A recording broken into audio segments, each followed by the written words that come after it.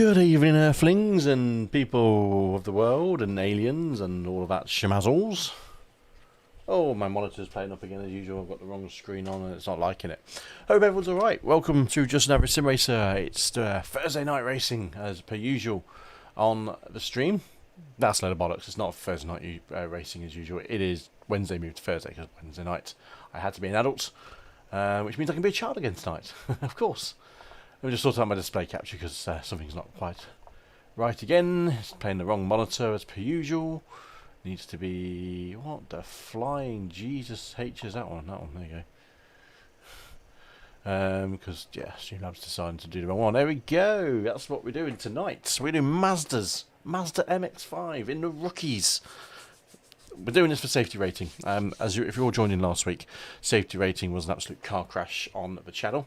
We went from mid-2s to low 1s, which is precarious to get automatically relegated if you go below 1, and also end of season relegation if you're below 2. Back up to 1.76. I was as high as 1.9 until I got punted out of a race yesterday by a numpty in his Mazdas. So you can easily gain it, you can easily lose it. I've been on a very good upward trend this week. So racing this one track at Oran Park Raceway, which is a disused or demolished track in Sydney, Australia. So we're going down under. That's right. We're going to race upside down on the ceiling because that's how they race in America, I believe, is upside down. Apparently, anyway, you know, it's some say it could be a thing, but it's going to be Mazdas. It's fun. It's about a 46.5 to 47.5 second lap, depending on where you're sitting in the traffic. I've got a fast lap of 46.5. I think the top guys are doing 46 flats, so I'm hoping I will be somewhere near that at some point. I've generally been out of like the 15 splits, been in the top 5 splits, so we've been there or thereabouts with good pace. I've not won a race yet, but I'll show you my last few results on screen. Evening, Anthony, you sexy fang. So we've done a fair few races there. We've been averaging 4th. We've had one podium and a 10th and an 8th yesterday. The 10th was because of a disconnect. We had no instance, but we disconnected at the start of the race and we went, see you later. But we still made sure we finished it for our safety rating. And then this one yesterday, the 8th place, was just a guy being an absolute melon in front of me. But everything else has been pretty good. 2 poles. One thing I've not had the race pace for the longevity of the tyres at the end of the race. So I've kind of got myself good one lap pace and good cold tyre pace. When the tyres up to temperature getting a little bit worn, it's not quite been my strong point. So I need to work on that a little bit in these cars. But I'm quite happy with finishing 4th all the time. Sounds bizarre. You know, there's no medals for 3rd, no medals for 4th, but it's 4th place and they're good number of iRating and good number of safety rating. So I'm pretty satisfied with how that's sounding, with how that's feeling so far. So yes, that's going to be pretty much all of the night really. I think we're going to do Mazdas all night because it's kind of what I'm hot on. This will be the first race with a slightly different braking configuration. Actually, one of the reasons probably why this guy started being a numpty yesterday, actually, with the Mazda race, was my brake pedal broke halfway through a corner, and I probably dive-bombed the touch, but I can see why I over-braked. Is that even a word? Over-braked? I basically didn't brake at the time. I thought I was going to brake out because my brake pedal basically snapped in half. I say brake pedal. One of the rubber elastomers, if I can probably show you actually.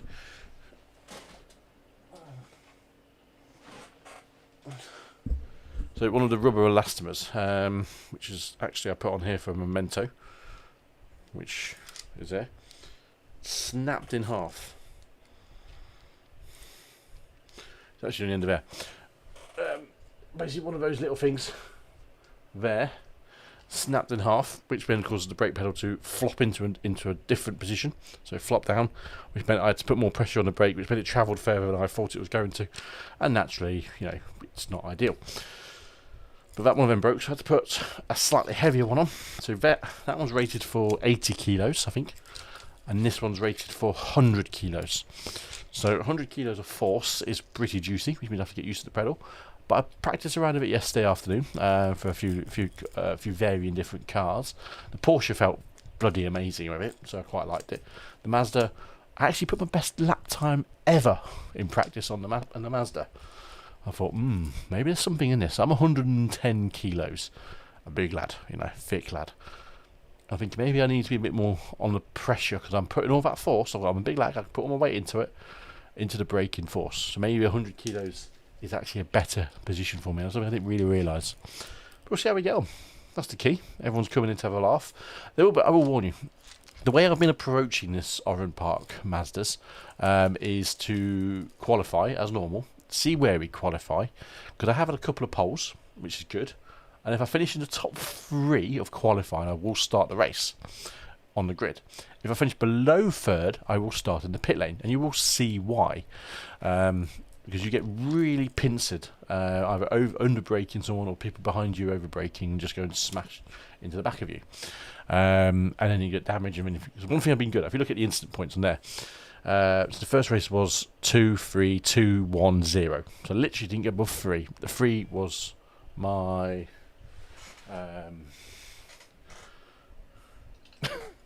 fucker. The third one was just me pushing hard. That was actually my podium. So, more instance, a little bit more liberating on the corners, as it is. So we thought we'll just do a bit more of that on that particular race. Just take a bit more of a risk, take a bit more punishment on the car. But then the other one's 2, 3, 2, 1, 0s.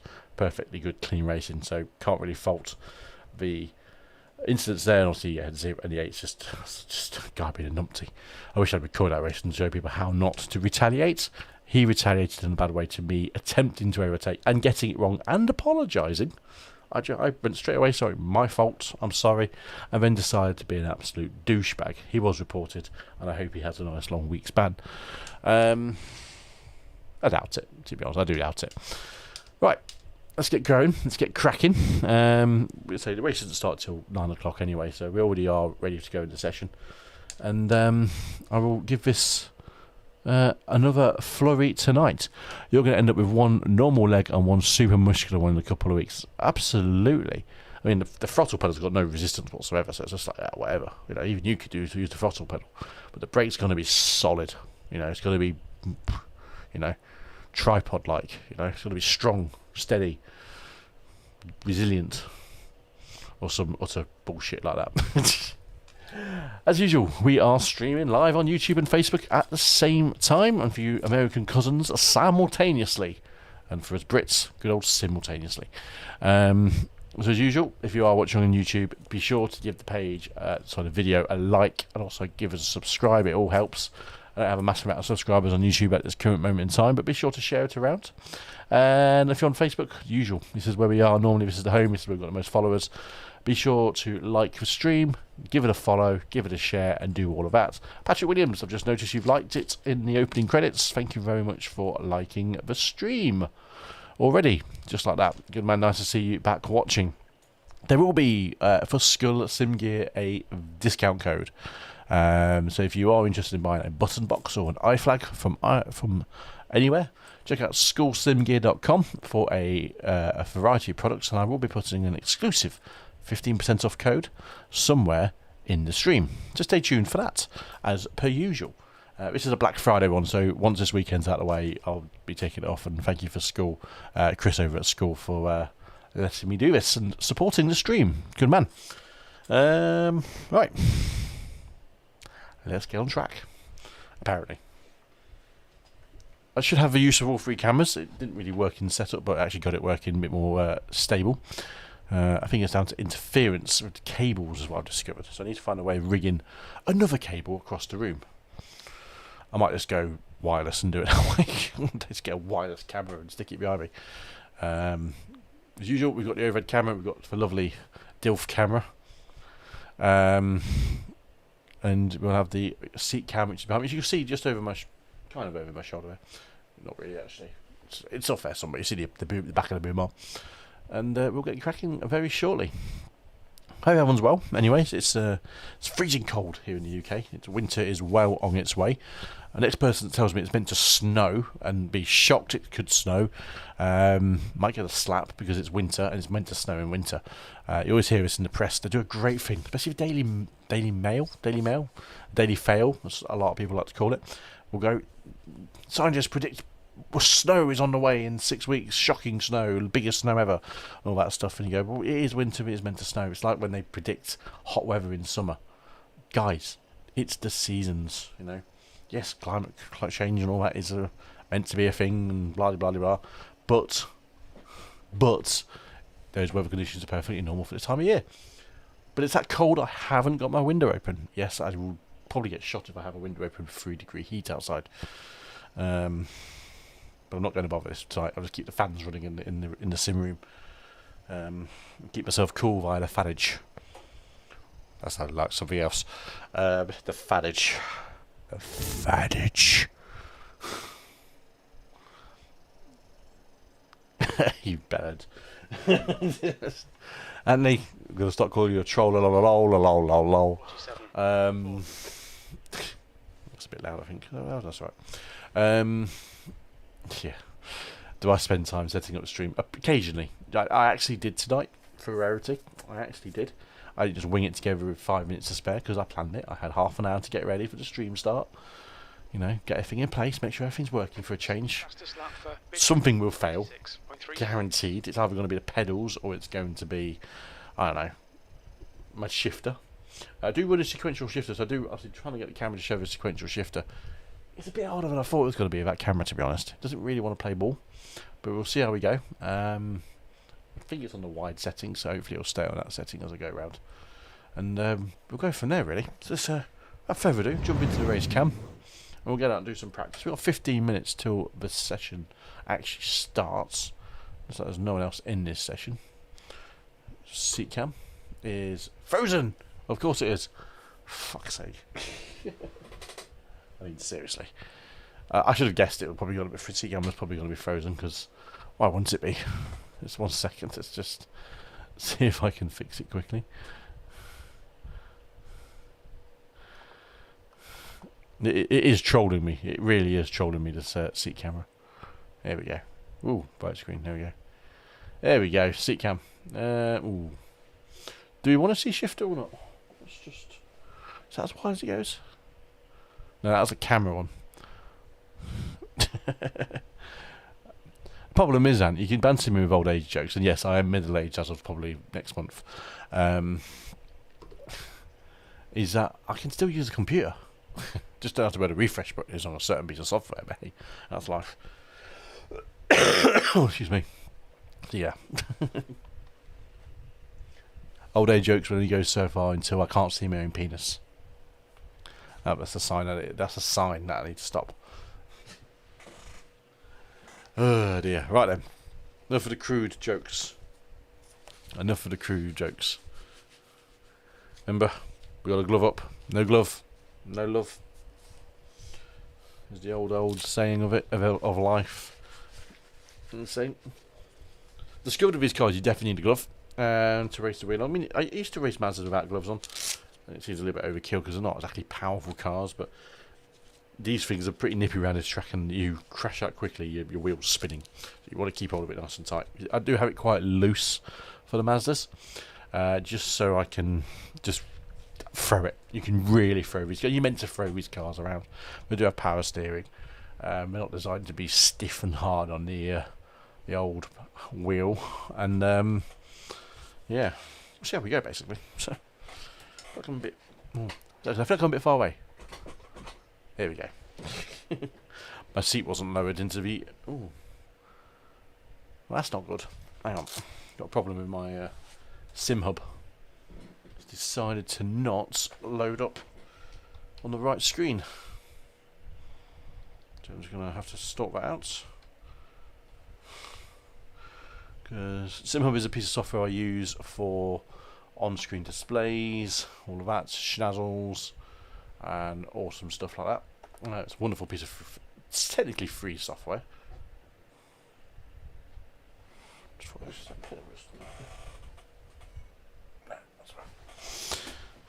Oh, one thing I might do is recalibrate the pedals actually. While I remember. Overlays. iRacing layout. Oh, is that one in it? Load. There we go. It's better. I love it.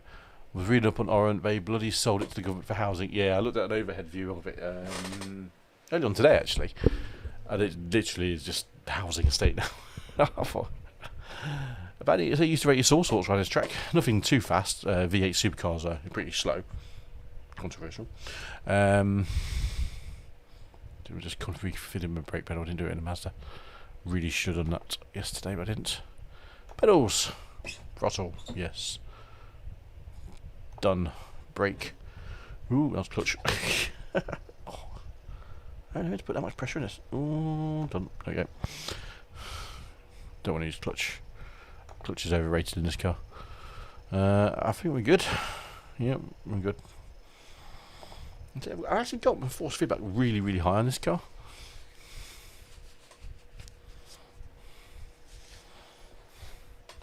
Right then. Well, I put a new paint job on this car as well. So we've got the camo doodahs on there. It has a pit limiter. Oh, why is my brake pedal doing that? Bloody hell. There's something to my brake pedal now, it's not bloody working. It's on full brake apparently. God damn it. Right, take two. Pedals. Throttle. Done. It's because I false started on it. So.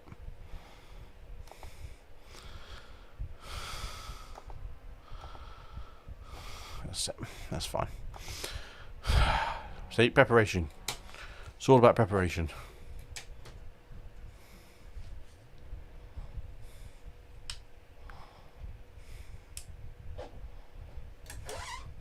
Lane speed limit is 50 kilometers per hour. 50 kilometers an hour. Okay, nice and sensitive. I realised I'd still have to press it quite a bit. It is clear. Watch the white line.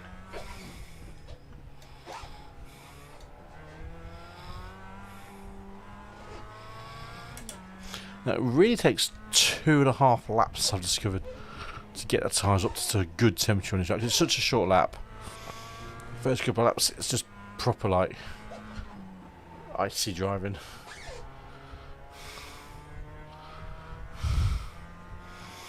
I love this section here. You go flat out over this little hump, straight over. It's blind. You hope you don't meet another car there. You can appear to cut this corner quite significantly, and onto the home straight. Dodgy pit lane entrance there, very narrow and tight. Don't doing that in GT cars because they have raced here. It's the only time we really get up to fourth on this lap. Brake at the green and into second, taking the hairpin. Patience on the throttle and cold tyres, and into this corner here. So you've got to be careful not to cut it. It's a classic cut point. Into this third gear uphill, cut the corner on the inside. Let it run as wide as you want. You can run too wide if you obviously get a bit too early on the gas. Over the blind crest. You can do take a big amount of curve there and into the second gear, last corner. Cut the inside and drive on out.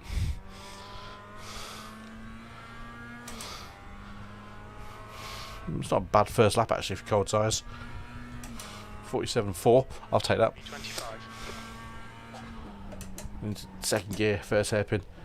Again, you can cut this quite tight, get on the gas early. Got loads of track there because it's a pit lane exit as well.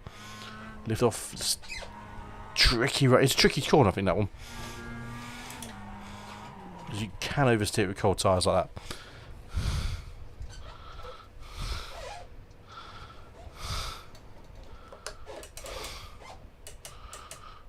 Anyone else coming? No, we're good. Watch. Ooh, hello. So it's quite a good track, and yeah, good elevation on this track actually for such a short track. There's always something coming and going, and it dips, dives, dodge. It's a proper old school kind of feel to it. I do like it. Doesn't come up too much on many series. I think Mazdas typically race it once a season. There's one of the free ones that come in the game as well, so you don't have to full lock this almost. Lift off at the curb, let it swing it in like that. Perfect. Into third there, hold it up. Little brake, dab on the brakes, cut, cross, A bit slow there. Fire it across the chute. What I like to call it. Oh, run too wide. You're always looking for momentum on this track. Watch these track limits. And that was not very good momentum. Oh, hip's hurting. Definitely got old man hip today. I think that's still a side effect of the weekend's racing.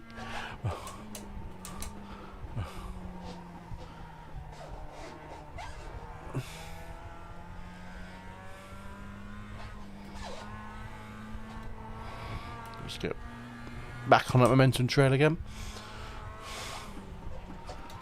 Ooh. That was terrible. Miss that apex. It compromises this whole section here, and you lose. You see it. Look at the relative time there. Just when you do that, you can cut it. Track limits. You'll need to slow down if you don't want a penalty. Yeah, whatever. Whatever, Jimbo.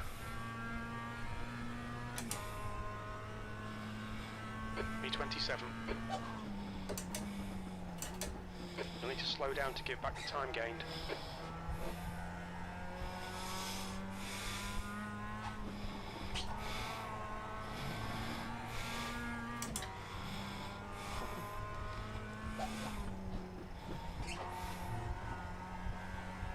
See, that's perfect, that was. What's the little skippy bit?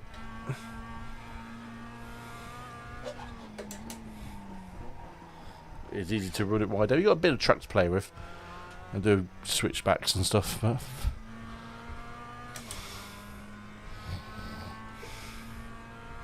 that's working. Me30.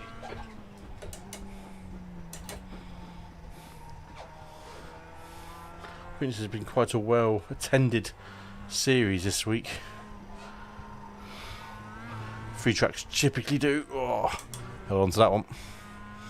As usual, I am using my sequential shifter for this. These cars are now sequentials in real life, in terms of the racing ones anyway. They used to be just H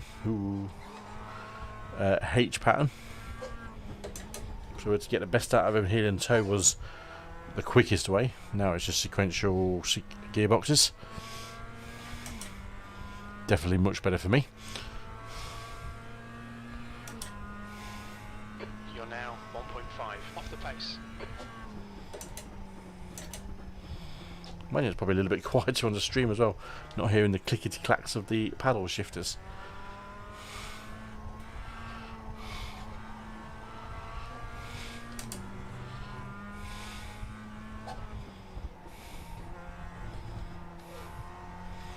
Track temperature plays a big part here as well. Lots of rookies here again. Definitely lots of rookies here, Ant. And I'll tell you one thing, you can spot. I mean, in this split, it probably won't be too bad, but it gets interesting.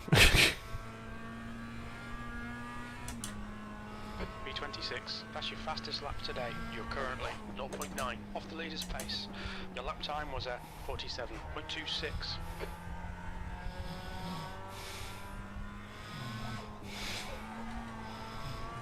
And that's when you cut that corner, you generally take a big To watch the track limits. dollop of curb, and then you do that. That was a big one. Are you okay? So yeah, free track, lots of rookies, and they get everyone. You just see it there, actually. Guy ahead. They get the pit lane exit all wrong. As soon as they come through the cones, they turn left, thinking that's the track. I'll tell you one thing, you've seen some crashes there. People just coming out pit lane and just going at a right angle into a live corner. Your shoot corner was called the dog leg. No, yeah, it's more of a straight that one. Yeah, you see where obviously cars go flat round, or not flat, but go into that left hander, that second gear one, which is first corner one. But people just turn out into the live lane and think, oh my god, accident, boom. So you're going to go down past the green cones into the second set of orange cones, further along, which is the best way to exit the pit lane. But I've seen so many people get out and you see them go, I don't know where the pit lane exit is. It's on the map on the loading screen. You get given a map of where the pit lane goes. any advice for any new people coming on who's watching Mazdas, and you want to get involved with it, watch and read the track map at the beginning. Study it. And the loading times in iRacing are long, and possibly for a good reason, because they might just give you that map and go, learn it. Learn your pit lane exits, learn your pit lane entrance, know where they are in relation to the track. So when you come out, you're not surprised at where you need to go. Also with iRacing, so it's a race session starting. You can, in the rookies, put the pit lane exit line on. So you can actually just have a dotted line laid out on the track for you, so you know where the exit is. That's a big help for a lot of people. So I would advise that as well at some point, if you are new to iRacing. I definitely did it. I think for the first 3 months, I think, of iRacing, my first season, I raced exclusively with the pit lane line on and the racing line on. You can't do that in certain licenses. I think anything C and above. That was just to learn the tracks, learn the things, and not be a general dick on the track. Just be, know where the racing line is, and especially tracks I've never driven on before, which a lot of the ones in iRacing are. I mean, I didn't have a clue with some of them. So that was a good way of learning it. On car 11, this is a decent split to be in, potentially for a point gain. Come out for some cheeky. So this is what I mean about that pit lane exit. A lot of people just rejoin and come out in a live lane.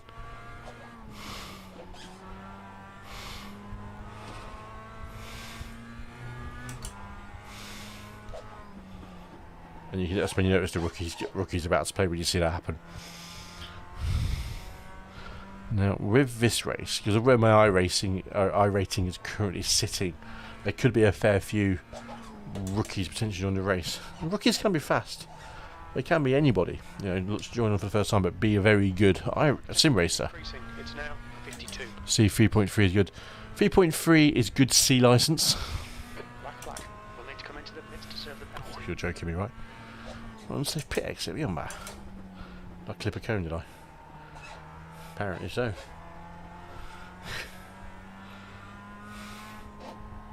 That's only practice anyway. You've got 3 laps to serve this penalty. Don't know where I actually did that on safe pit exit. So C 3.3 is typically a good safe driver in the C license, so technically it's pretty much in line for B license promotion.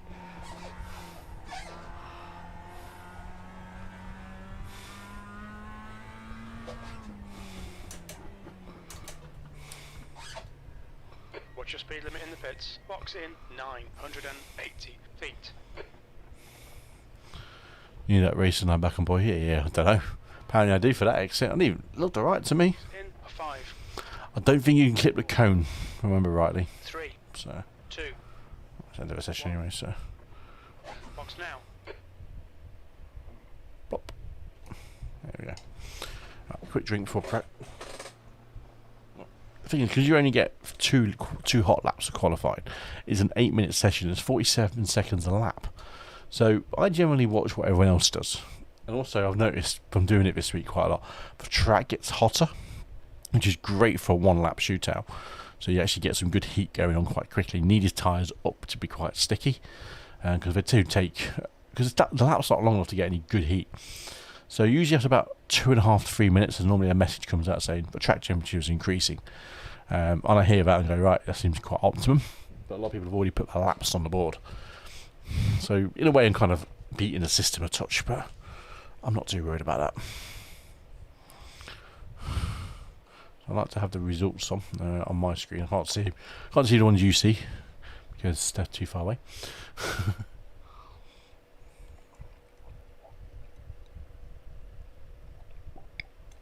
Yeah, car 11 out of a 12.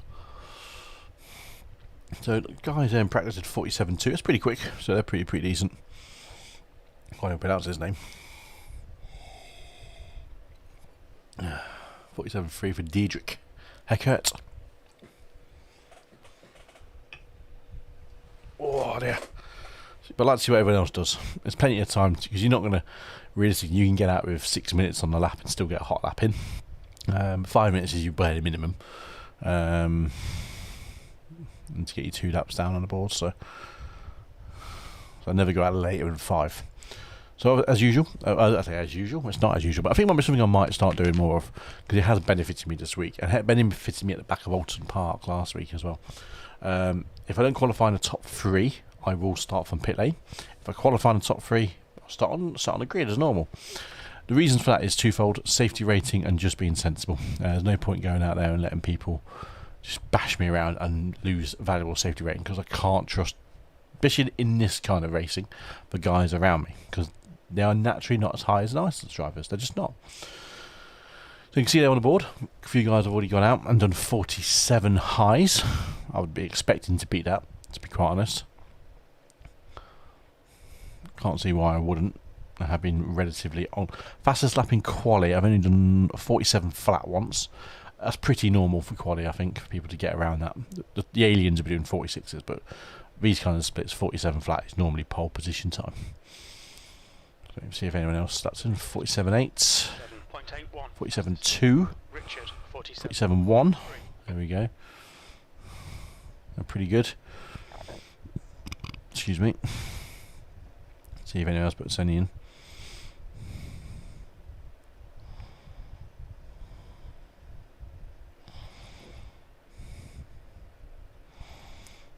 It's interesting that the fastest guys in practice haven't put another one there. Tyler 28.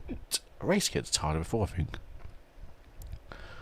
Might be someone different. There's 2 crosses in this one. Chris Cross. Ah dear. Cheesy. But we're going to go out, I think, about 4 minutes. I reckon. 30 seconds left of this minute.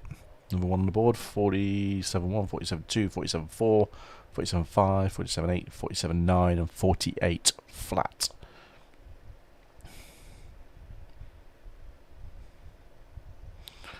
Let's see where we're going to pop out here. Here we go, 46.9. He did 48 flat as well. That's a good lap. Okay, fair play to the lad there. Right, let's see what we can do then. I think we'll be doing a pit lane start, I reckon, today. Who knows? Some confidence, Kev.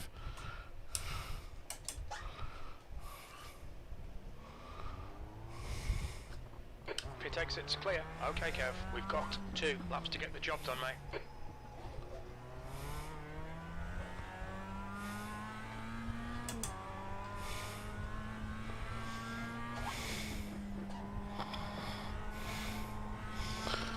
So this track is usually about momentum as well.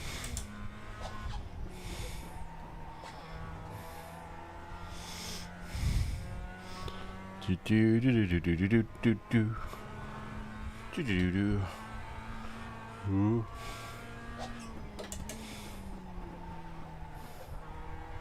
I don't expect the first lap to be anyway good, because it's just an out lap for me. You need that second lap at pace with nice sticky tyres to make the difference for the final lap. So it kind of is all or nothing.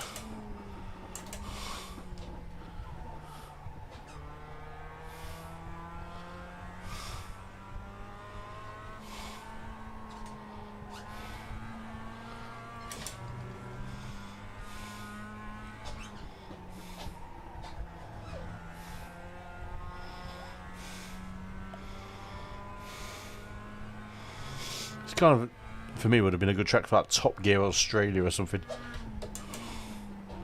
just because of the length of it and the undulations and variety.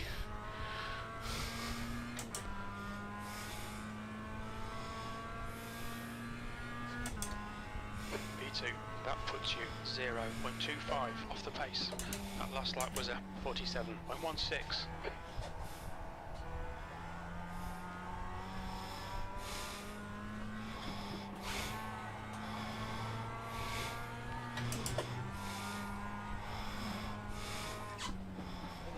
Too much sliding going on there. Yeah, that's ruined the lap. Oh well. Did 47.1 on their out lap. It's not too bad, is it? Wasn't expecting that.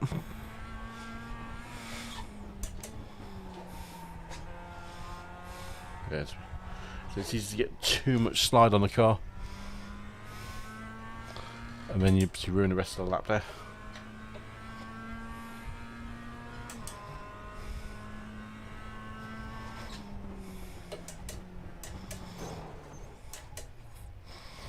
I'll take second place though. I mean, you start on the pole. Oh, on the pole. Look at that lovely livery. Look at it, it's beautiful. The camo livery is back out. I think I'll probably stick with this camo for quite a while, and plus I can change it up with slightly different patterns. So yeah, mirror off. That's right there. We can live with that. 45 seconds remaining of the race. We are second place for the race start.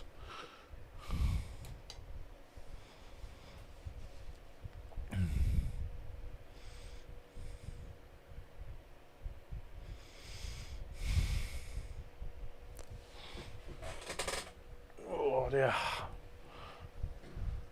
Noise with them.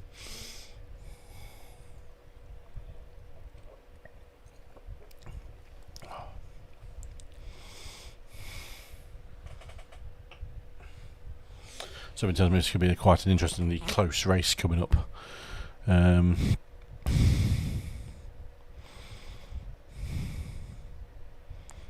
Cheeky, so it's generally what I've been doing. I've been decent 1 lap pace. I just need to it's not about being inconsistent. I've just had poor management of the tyres. It feels like at the end, towards the second half of the race.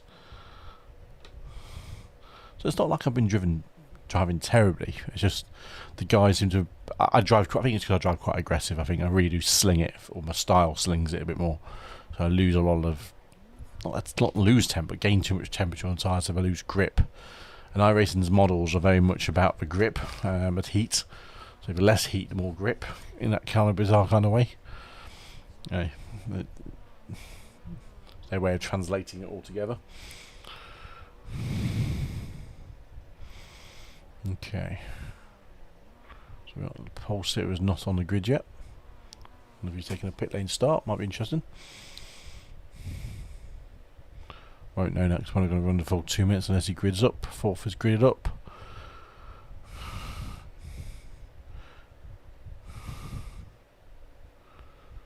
Wonder if he's not taking the start. Oh, he's going for a slash. Blue flag, blue flag. Why not? Give it a cheeky Vettel flag. Don't think I've got my thanks and stuff mapped, to be honest. I used to have thanks and stuff on the keyboard. Pole sitter might not be starting. Oh, there he is.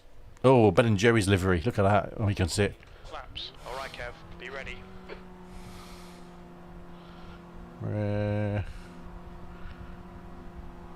Go, go, go. Oh.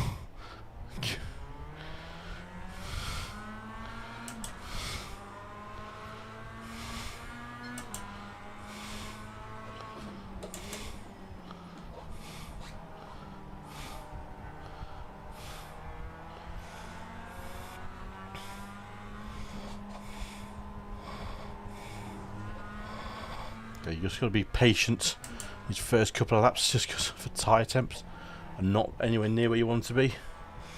It's not an easy track to overtake on. It's really turn 1, you would say, is the main overtaking point. Possibly this one as well. It's quite hard to overtake there. More of a run down and foot down kind of job.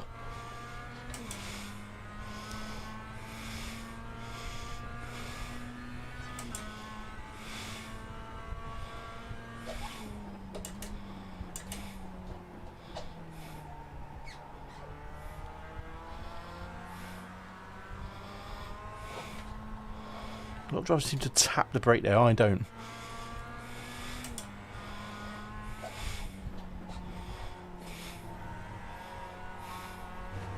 Oh, slidey, slidey.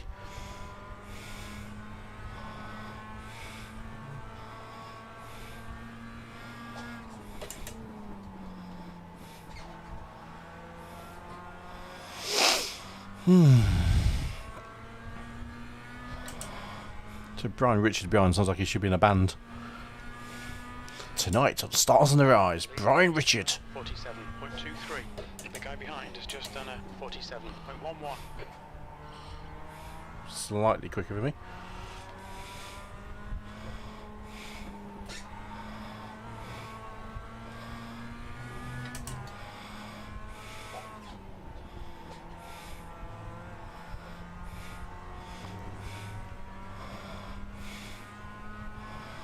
Do 15 laps of his track. Nice proper sprint race kind of jobby.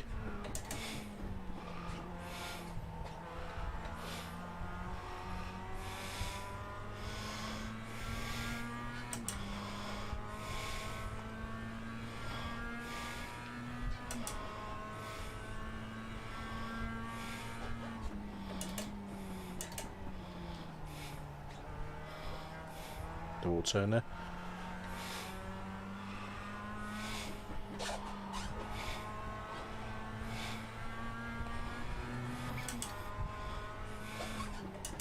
Ooh, what a shift down for there. Sensible. Not. Don't know why I did that. Habit. Probably wasn't too bad actually. Sector 2 time is good.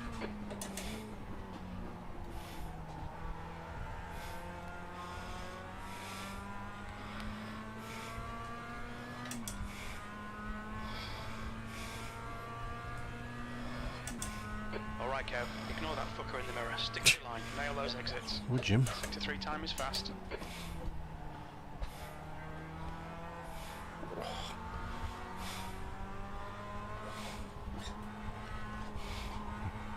Did lift there, didn't brake there. So most people I see just tap the brake there. He's the first person I've seen not to always got enough track. It's not going to help him.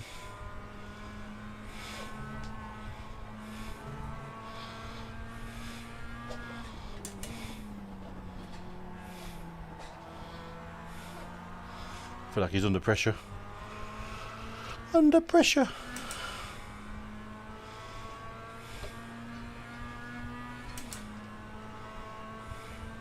Keep the pressure on, don't give him any respite. On your right. Clear right. Guy behind's interested as well and hungry. Ah, I was a bit wide on turning there. Didn't get good enough drive.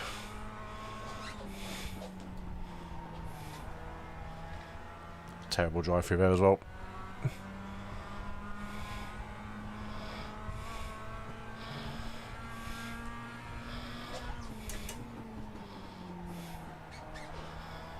I do like the feel of this brake pedal. It feels a lot nicer now. There'll be a little adjustments I did to it. The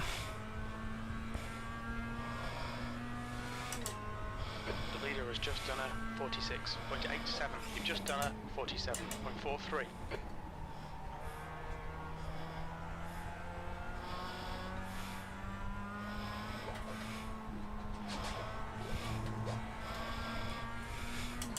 I'm going to take a strategic corner cut there or not.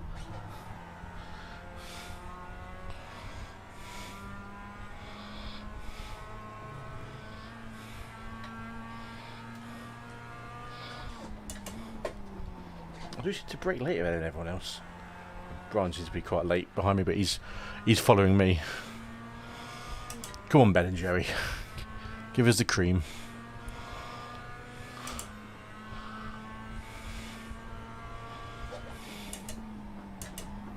Oh, you dude, seriously? Come on, Kev. Keep pushing. We might get him back.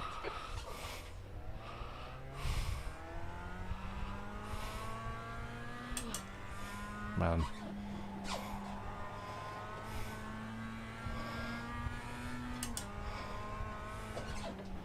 Fucking savage that was. Absolutely savage attempt to overtake that was.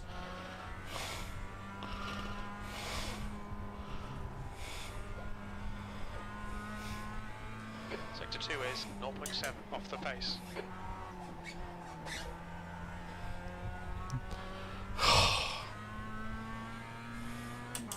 Sorry, boys. I'm faster, but I can keep up Halfway right home. now. Fuel looks good. E6. Car's damaged, I think. Cross in front is now 2.1 seconds. Sector 3 is 0.5 off the pace.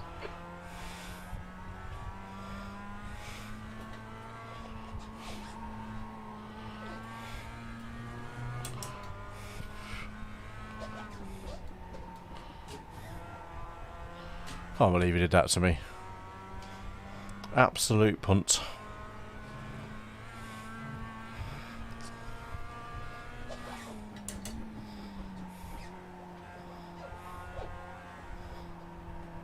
Oh, yeah, car's damaged to buggery.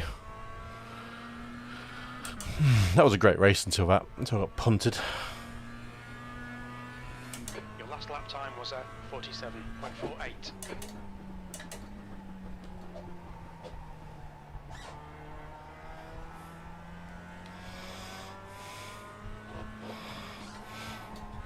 Yeah, car was not the same as it was at the start of the race. What's that? Complete rear end smash up.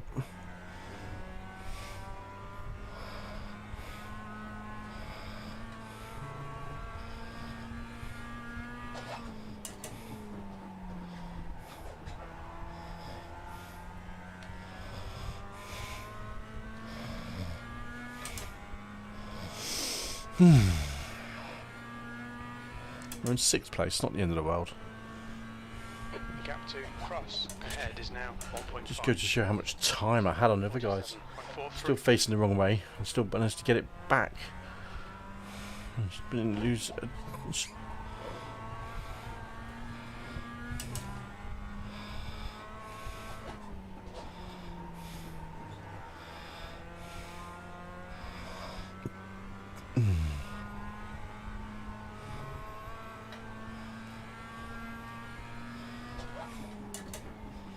Ooh.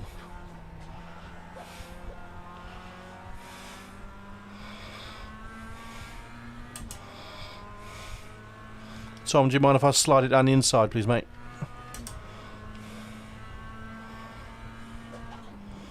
Push now. Fuck. This guy. Okay, now that was not sensible braking, Tom. Don't be a dick. Behind. Clear left. The gap behind is now. Car left. Oh, that's off track. Just trying to We've had a cut warning. fucking hold it. Tidy, please, Kev. Come on, guys. Jonas, don't be a dick.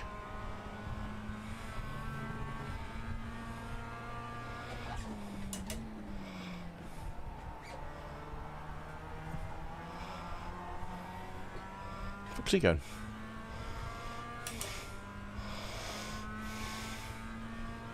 They gave me a contact for that. Because he ran into the back of me, didn't he? What a prick.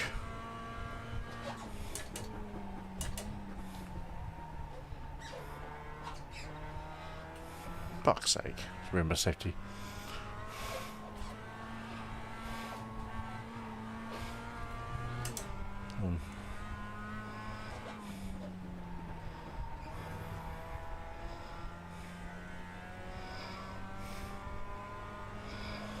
This is the nature of Mazda, though. Head is now 1.1.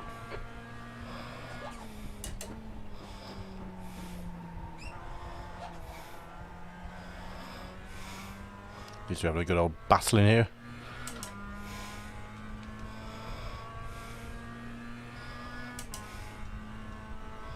Two to go.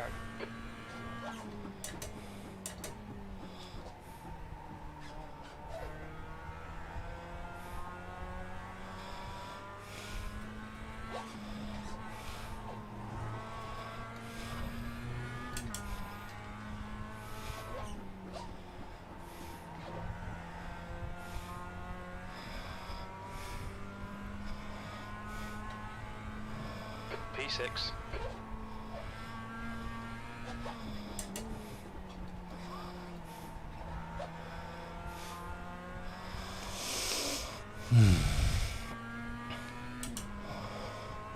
Should be at least battling for the lead here, I reckon. One more lap to go. The lap times are pretty consistent. Right side. Still there. Still there. Clear right. Well done, Kev. That's Great. how you do it. Keep it up.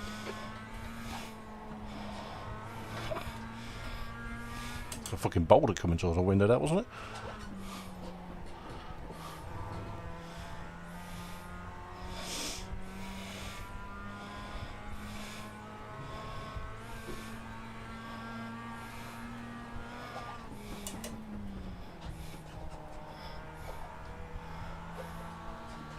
Oh, man.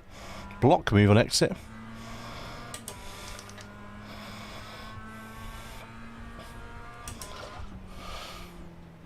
P5. That's the end of the race.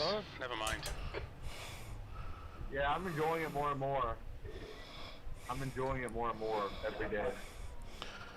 That was a good battle there, Tyler, before I got punted off by the guy who finished second. Yeah, I saw that. That was kind of unfortunate. That was some good racing we had. I thought you were gonna catch up to me there for a minute. Yeah, we're lapping about the same kind of pace, but I don't know how, if he misses breaking point or what, but it just nowhere near making it.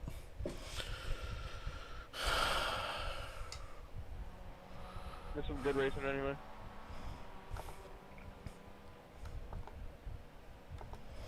Well, I finished fifth. Wasn't terrible, was it? Just watched you back. He was miles behind you. He probably didn't break Ant, to be honest. I'd be surprised if he did. I'd be surprised if he actually did. What lap was it, do you remember? Lap 8?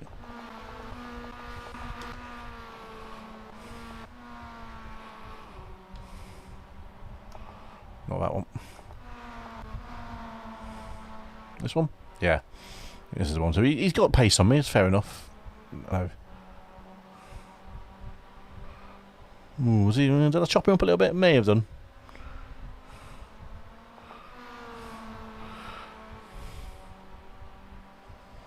Podmic, nice recovery drive, mate. Perhaps try. Oh, he was nowhere near making that, was he?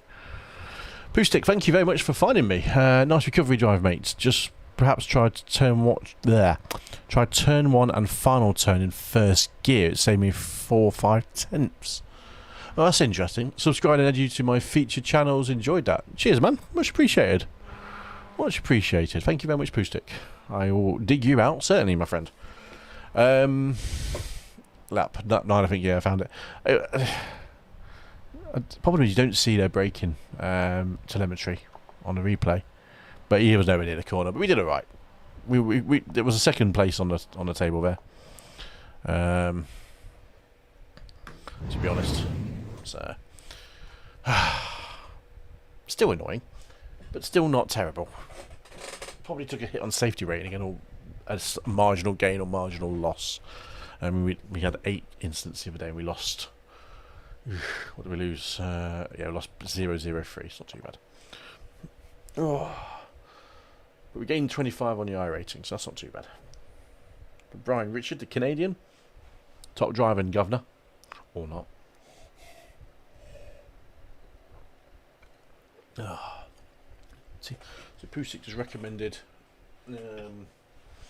recommended gear, first gear. That's interesting, actually, because I only take second gear. It feels better. But I'll practice it. That's why not. Let's do something different. I haven't obviously checked anyone else's previous racing. I did wonder where maybe some people are finding 4 or 5 tenths from. And maybe that's just the drive out of that corner is better than the second gear one I have been doing. But second, I don't know, last corner seems too fast for second gear. That's first gear. I seem to be able to brake quite late and maintain momentum through there if I get it right. But what do I know? I'm just an average sim racer.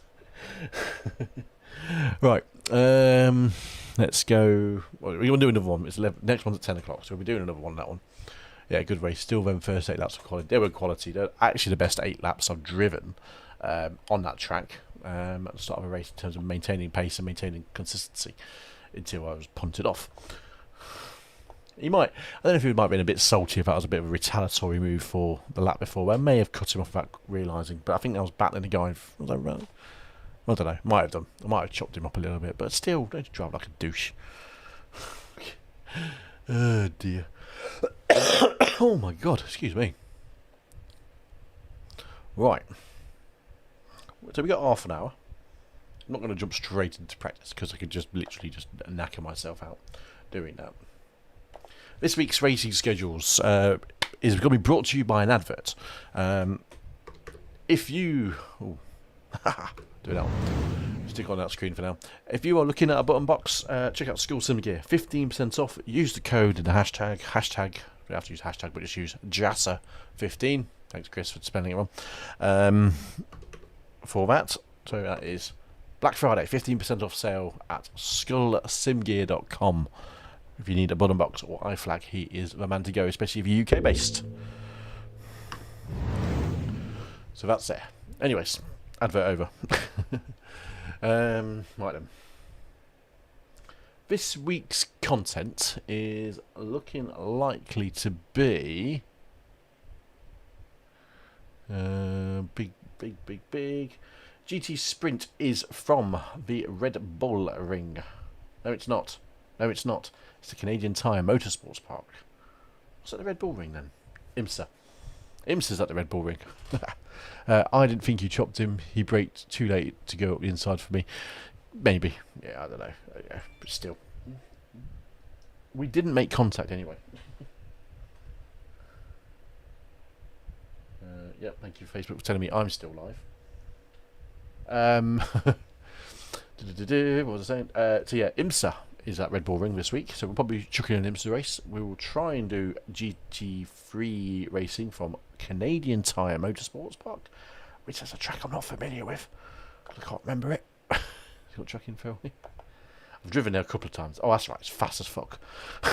To put it quite in a literal sense, it's fast. See that? Fast to 10 corners, quick laps, 2.45 miles. It's pretty similar lap time to Doodah, track we just raced, Oran Park. Because why not? So we'll try and squeeze some of that in. I have raced there before. I remember it being pretty decent. Porsche's Hockenheim GT Grand Prix circuit. I had a little practice on this with the new pedal config, with pedal strength, and it felt pretty good. Need to find another 2 seconds like that to be competitive, I think, but it felt good, which is, I think, is the important thing. You're more likely to enjoy it when it feels good. I know I can find 2 seconds on that track. I just need to just do more. I was only testing it for pedal strength and things like that. So yeah, that's what we've got this week. Have I got the Radicals? I didn't think I had the Radical car. Ooh. Well, that's the first. I didn't think I had the Radical SR8. I see people race this online. I think that looks pretty good, the Radicals, because they are meaty cars. And Okayama could be a fun car on a fun track. But I'm not racing it, because I did say at the beginning of the season I'm not going to do too many disciplines, so I'm going to keep it quite niche. Porsches, GT3s are quite similar cars, and then the Mazdas I know from before and are pretty easy to drive when I need to get some safety rating, which we've done in the last week. We have gone back up again. We need to take it over the line. We are on week 11 of 13, so we've got this 11, 12 and 13, this 3 weeks remaining of the season, so we should be alright. We should be alright with the Mazdas. Pardon me. Get rid of my trap wind. I remember we're racing next week in the old Mazdas. Week... I don't have a week 13 on there. And anyway, you text me now. You just grab a new brakes. Is like, listen. You might as well put that in the chat, mate, because that's very appropriate for it. Can you imagine a condom advert on TV? Bastard. So we got Oran Park this week in Laguna Seca. We always finish at Laguna Seca, it feels like. I love Laguna Seca in the Mazdas. A lot of my wins came at Laguna Seca, so I'll probably be doing that one as well. The corkscrew in a Mazda. Oh, I think so. Oh, I think so, sir. GTR's schedule. Why have they not put week 12? Obviously, it's 24 hours, so we'll be doing that. Definitely. It's a 40-minute race. IMSA next week. Final week is going to be at Barber Motorsports, which we don't have. So we'll probably give an IMSA a miss next week. And Bien.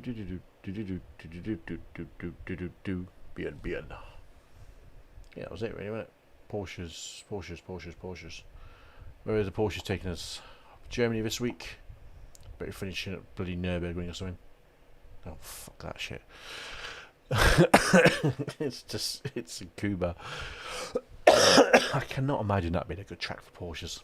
I really can't. I mean, seriously. Flipping hellfire. Anyways, enough of this. The Tsukubas. The Tsukuba.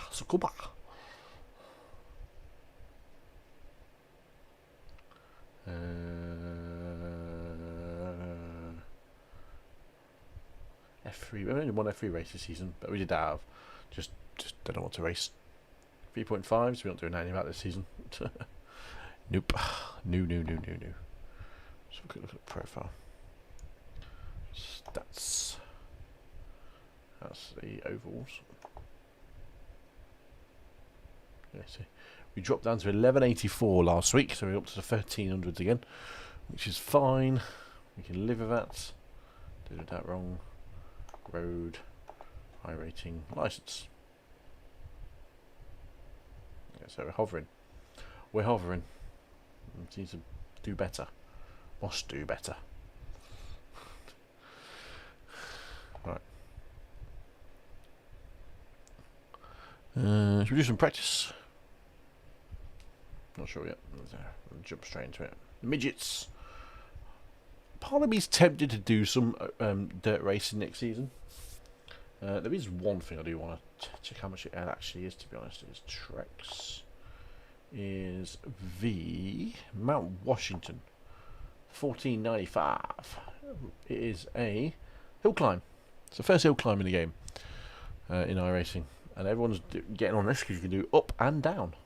So hill climb and descent, and a lot of people doing soapbox racing as for the descent one. So just let the car roll. Let the car roll. Turn the engines off and let it roll down the hill. It is looking mighty fine. Trees galore that people can get killed on. Yeah. 6,288 feet. Mount Washington. 6th highest mountain in all of North America. Mount Washington North Auto was completed in 1861, stretching 7.6 miles. Base to summit roads open to both private vehicles and guided tour.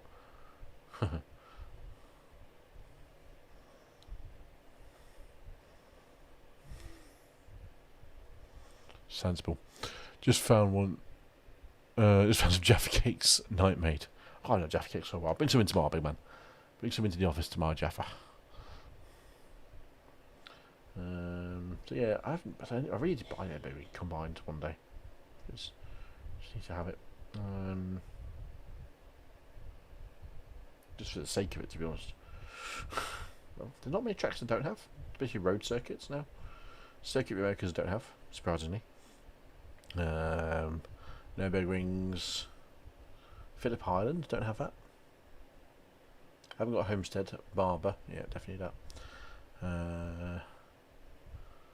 Any other road circuits I can see on there that I haven't got? Hungaroring, haven't got. I think that I haven't got Wild Horse Pass. That's dirt tracks anyway. And I think that's probably it. Yeah. Car publisher a penny left. I'd be surprised if there was, pal. Be surprised if there was. Right. Let's go do some practice. Let's just jump into the car and do some practice in the global Mazdas. And try it. I mean, that chap Boostic said first gear. So let's give first gear for turns 1 and 7. So the last turn and the first turn. A cheeky bash.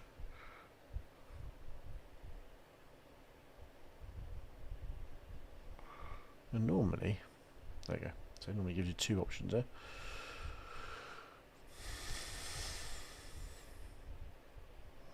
So Andy, when you start your iRacing journey, this is, I think Mazdas will be up your street. The other one I'd say is the Formula V's, which they've just added in. So you got the open wheel and the closed wheel kind of direction you want to drive in. And then literally, so you've got, if I remember rightly, so the open wheel journey is the Formula V's, the skip barbers, which are like slowish but fun. the Formula 3s, the 3.5, the Formula 2.0s, Formula 3.5, which is the Formula Renault 3.5 and Formula Renault 2.0. But 2.0 comes before the 3.5, and then you've got the new Delara 01s, which are all Indy cars. So, nice clear journey. Whereas the tin tops, carnage. Take your pick of what you want to race in the tin tops. You know, Brian, Aluminium dogleg for our Americans is that fast, what I call the shoot. Looks a lot more pronounced on the track diagram than it actually feels to drive it. Because you come over a crest and it just feels like a straight line. That's what feels like a sharp right, sharp left. Right. Have a cheeky scratch. Is my seat cam still working? It is. Bonus. Okay.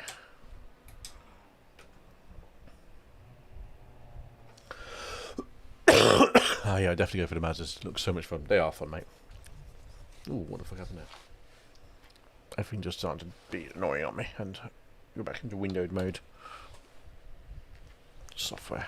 Don't you love it? Right then.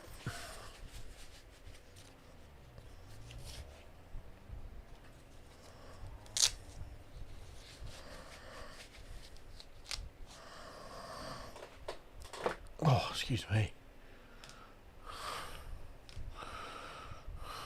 Someone, he's just driven up to my car to see what's on the back of it. 4-5. I'm guessing. The leader's just done a 47.32. There's a car approaching. Watch your mirrors. Stay behind the white line.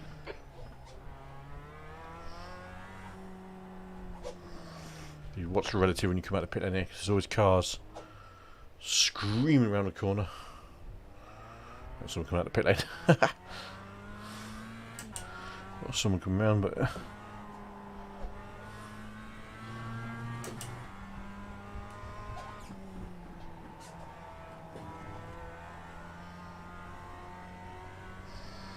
get the tyres up to temperature before I do ready. Anything new? See a lot of people doing that in that corner.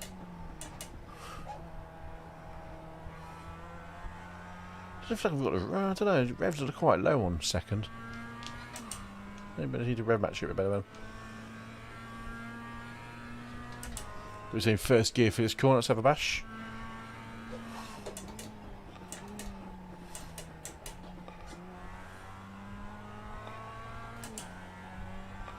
Don't feel any quicker to me. Tyres still not quite there yet.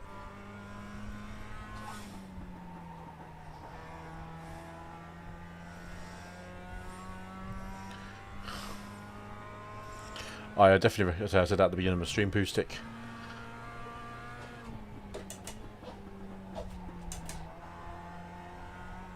I don't know. Yeah, I'd like to do it. Yeah, I haven't got a track map on actually. Probably just keep my eyes on the road.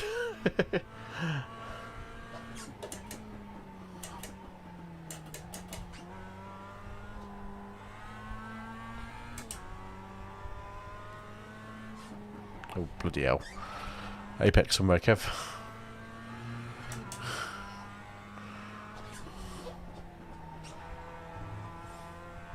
Might try second gear there again. That corner.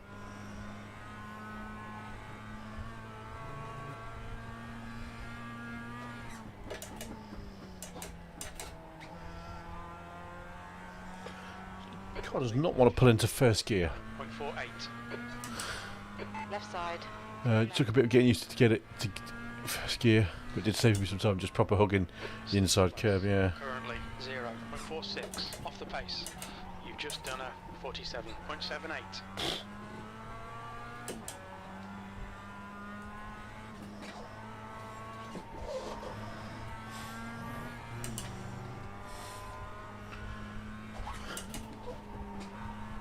Well, that feels like that turns into much better. Bloody hell. Such a not a great track for overtaking on. Ooh, hello. minute this lap. Track limits. The leader has just done a 4.8.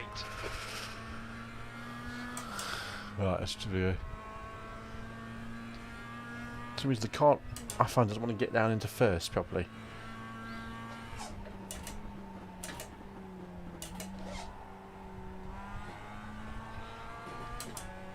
The guy behind is Alright. 47.88.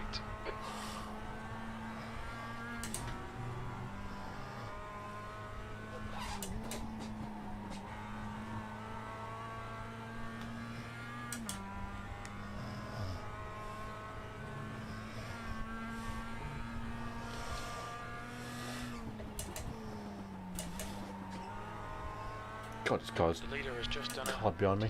46.80. Alright, I get a slightly better pull with the first. Rookies, mate. Rookies.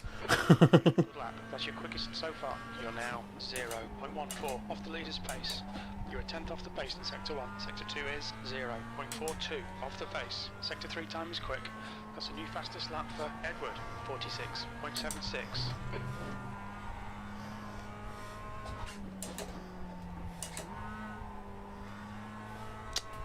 It's terrible that corner was. The guy behind has just done a 47.26.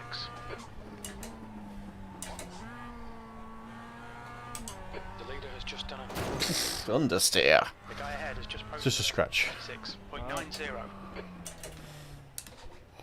Look out for the pit speed limit. Box in, 1120. Yeah, I quite like that good potential for... Is the Alpine livery preset? Everyone can use that kind of thing.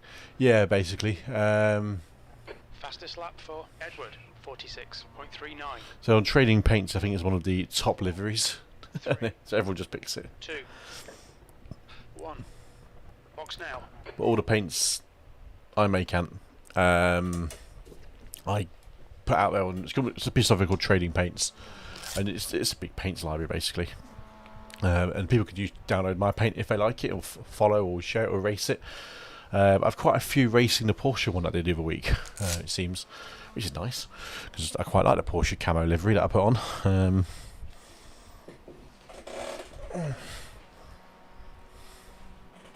I think it's one of the trending ones on the Porsche, on Trading Paints. Ooh, computer's spinning up.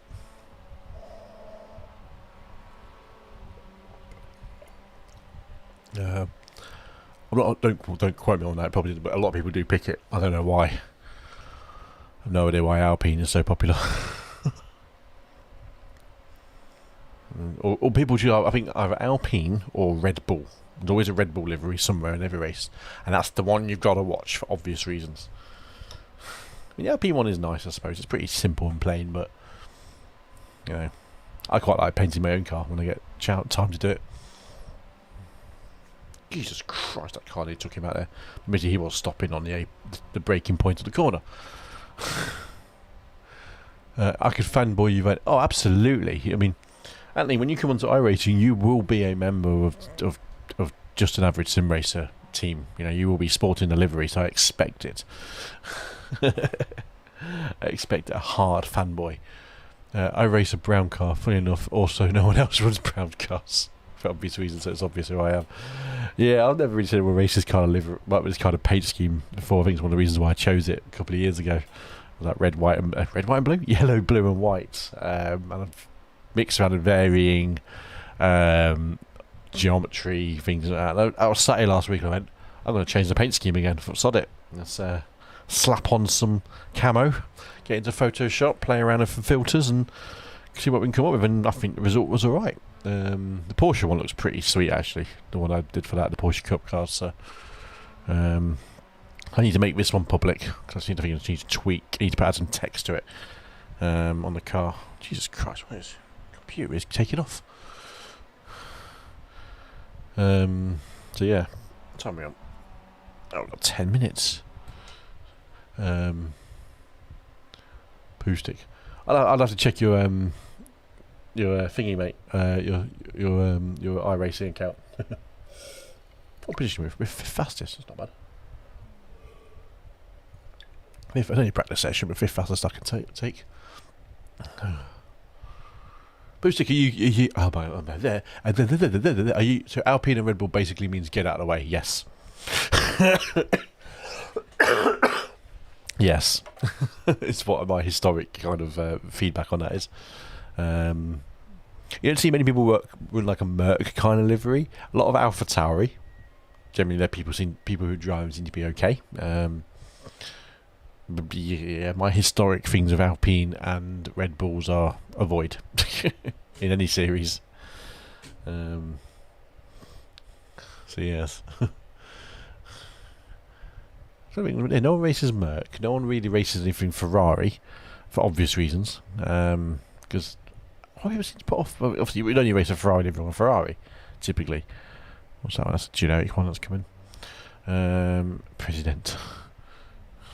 I mean, have a look on Trading Paints, mate. I don't know if you can. I think you can view it as a non-member. TradingPaints.com, I want to say. Interesting. TradingPaints.com. There's some great liveries on it. People do design. There's some really, really good livery designers. People use it for quality stuff. It's literally you just download a small piece of software that runs in the background. It talks to iRacing when you're on, and is that running super hot?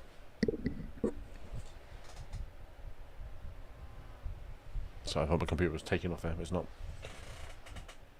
There's a tendency to spin my fans up on the GPU occasionally, which doesn't mean it's in mainly in area mode. I've just started iRacing properly, played a year ago, but didn't take it seriously. Just started posting YouTube videos and buying better equipment. I'm definitely down to fanboy, obviously. I know that, mate. I've been doing 2 years on iRacing. I think pretty much this month, actually. I think this is the 2 years I'm there. Mazdas was where it started for me. It was 2 years ago. So I was racing with a G920 Logitech wheel, which was great. You know, for someone starting, mounted to my desk. You know, everything did pretty good. It worked out well. Oops, wheels tight. You know, when you kind of get hooked, you kind of get into it.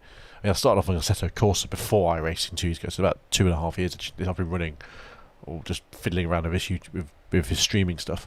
But then I literally got hooked in a big way with iRacing. Raced the Mazdas, raced the BMW M8 GTEs, which was the second car. Got quite decent at them actually when I was racing them, but they dropped that series with a launch of a GT4 M4 or M4 GT4, and you just kind of get hooked in without realising you just get more gear, more equipment.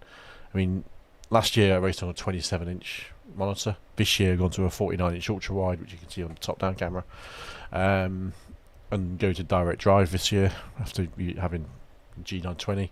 Last year, there you go, man. Got yourself a fan there, Poostic.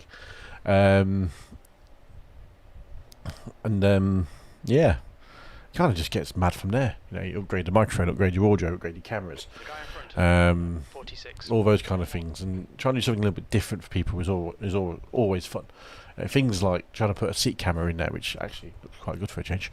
You know, I've been fiddling around with this one for ages and trying to get, you know, something decent to show people on stream. Just different viewpoints, different things, and you know, hopefully it comes across as that. You know, it's easy to do the same thing that everyone else do, but make it a little bit different.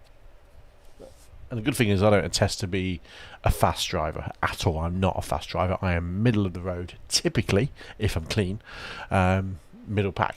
You know, don't get many wins, don't get many podiums. But I'd always give it a damn good battle, as we saw in the first race. You know, that should have been a podium, but results don't always transpire themselves to do that. Poostic, thanks.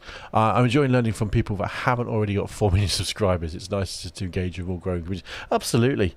I mean, ironically, you probably, if you've ever had a guy called David Sampson, he has a YouTube channel, Sampsoid.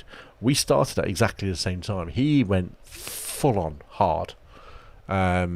Literally full on hard on the whole thing about iRacing, how to do it, how to learn it, how to do this great thing. We're friends on iRacing. He's got 40,000 subscribers now or something like that. And it's a good race. He's a fast racer as well. I'll give him that. He's a fast racer. But I don't have the time to do it, to dump into it in that way he's done it. But he started off pretty much exactly the same time. We were doing the same kind of content when we started and chatting to each other. To be honest, I'm not allowed to be a good sim racer, Acoustic. If I'm a good racer, the channel name will have to change. I can't be just an average sim racer anymore. So I've got to keep to the SP. I've got to keep to how I do it, which is average sim racing. Because if I don't do it, it falls flat on its face. So yeah, I'm not allowed to become good. I can become poor because that's easy. You can work on getting average again, but I can't be a winner in this channel name. That was the selling point of doing it differently.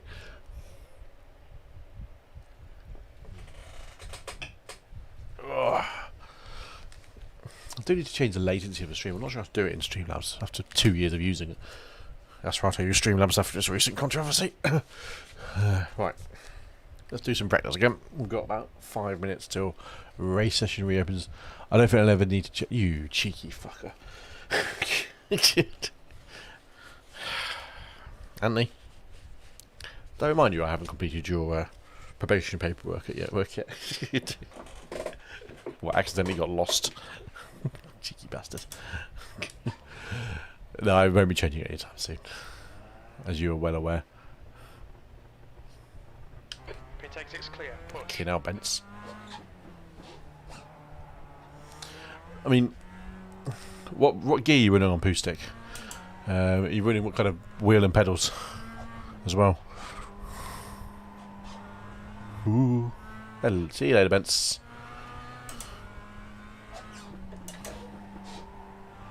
A second gear just turns it much better through air.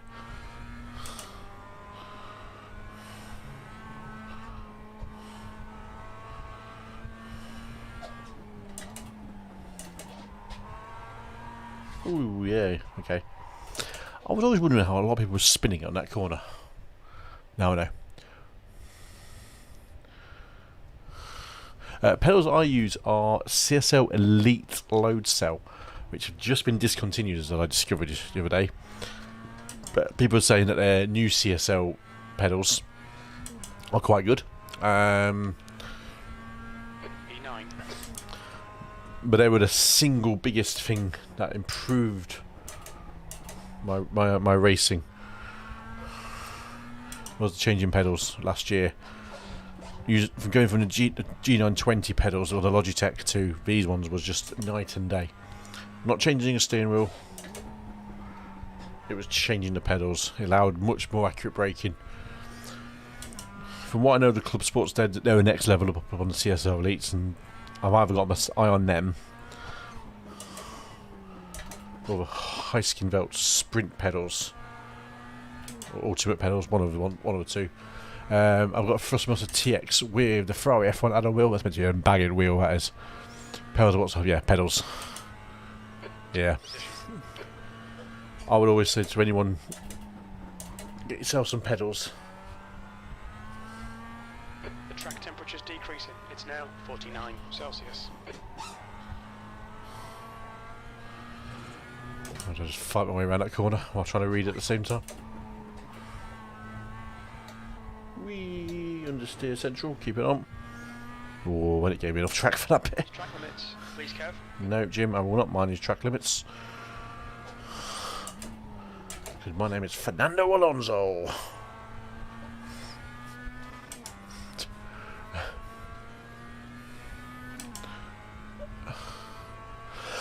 I think they're the new ones that are on sale. Because I think on Fanatec's website they put on the ones I've got, the original ones are now discontinued. But new ones are meant to be pretty good.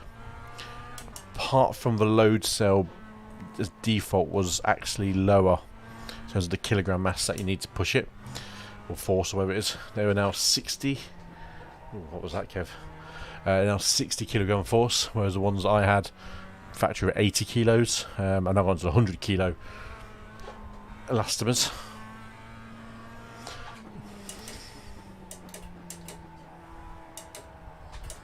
I didn't want to shift at all.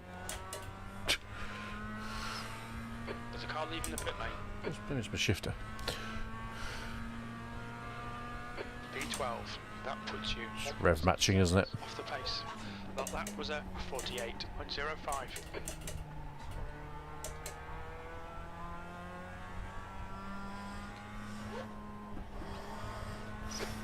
flat for Henry, 46.13.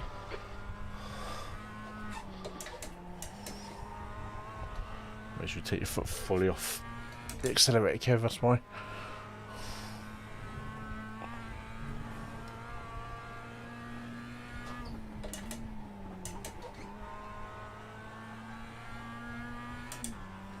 Yeah, so much better drive with first gear.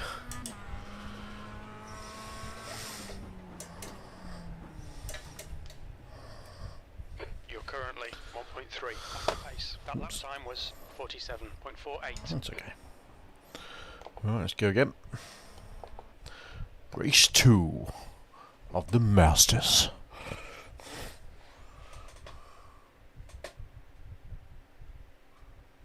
Ironically, we're talking about Fanatec, and then did you get an email coming through from Fanatec?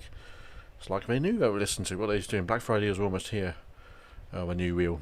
So they got the CSL steering wheel P1V2. No, don't care. CSL pedals load cell kit, €120. That's just for the load cell kit, I think. So that's an extra pedal. The ones they do as standard at the box are potentiometer ones. So it obviously upgrades one of the pedal, gives you an additional pedal for the load cell. With all those, so you don't have to use your clutch as the brake, which is what the standard they default do.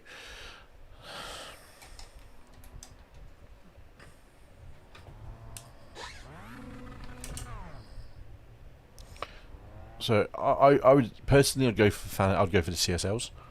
Looks like you're clear on the pit. But a lot of people do swear by the Thrustmaster TCLMs, or what would they call it?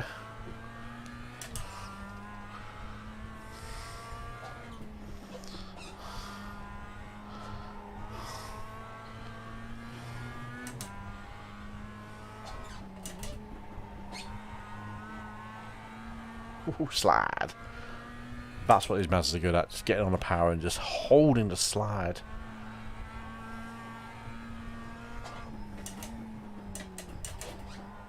The track temperature's rising. It's now 52 Celsius.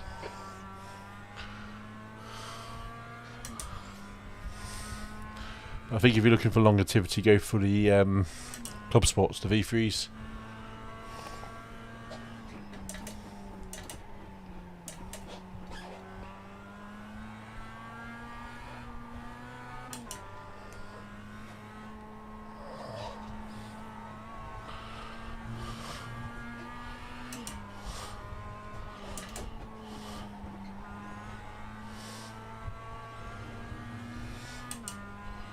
This track is all about the momentum. Keep it up.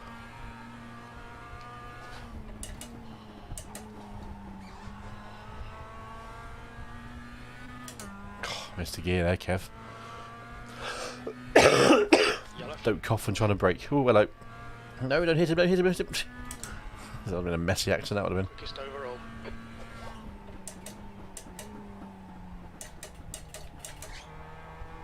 Change the gear down. Let's probably tap the brake. Tap the accelerator, mid corner. Patience on the. That's the end of the session. P2. I think I might have to remortgage my house for those. Yeah, I think the V3s are €500. Possibly. I might persevere my shitty pedals and save it for Club Sports. I would do that. I mean, pedals will last a long time. I mean, I'd have had these 2 years in April. I think it will be 2 years in March, April, March, just before lockdown. So, due an upgrade of anything every 2 years, I'd say. That's how I justify it in my head. But it's going to become my spare pedals. So, people always say, have spare pedals. You know, be sensible with spare pedals. Right, let's have a look at, let's get the results page open. I'll wait for everyone to do their laps. We're fastest in practice, apparently. No, we're second fastest in practice. Looking at that. But the hoisting belt,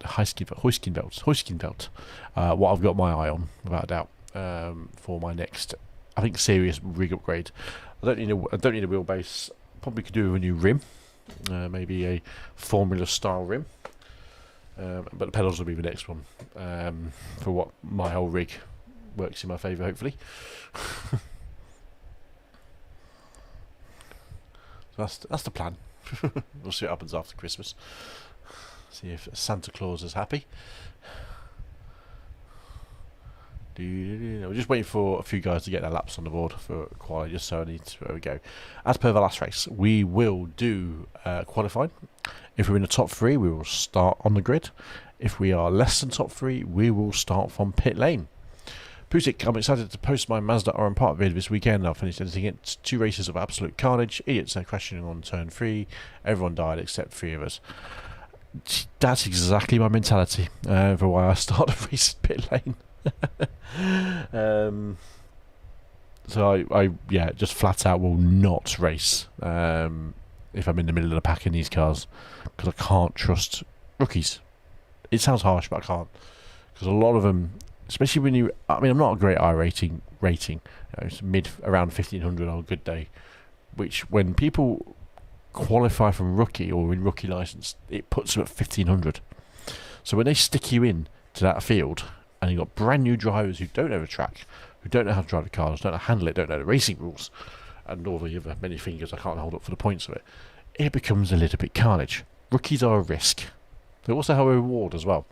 If you manage it, as I find correct, as I find in the last, especially this week with Oran Park, if I manage my race quite well, I generally finish pretty decent. Oh, that's a fast lap. Alessandro Franzoni, that's a good lap for quali, 46.9. So we're watching his pace. Music, I try enjoying. My success of dodging is limited. There was actually a video I needed to post from a couple of weeks ago, where I was racing at, where was it, Andy? You remember Suzuka? Racing some GTEs or Porsches, one of the twos, where how I avoided it, I don't know. But it gets quite interesting when you do have a massive avoidance. But I do not enjoy avoiding crashes in front of me. I either choose the wrong way or get punted by someone else who's not paying attention to the accident. You know, flags are there as a guide, as I like to adhere to, but everyone else just not. If I see a yellow flag, I'm generally holding off on the brake and going, and breathe.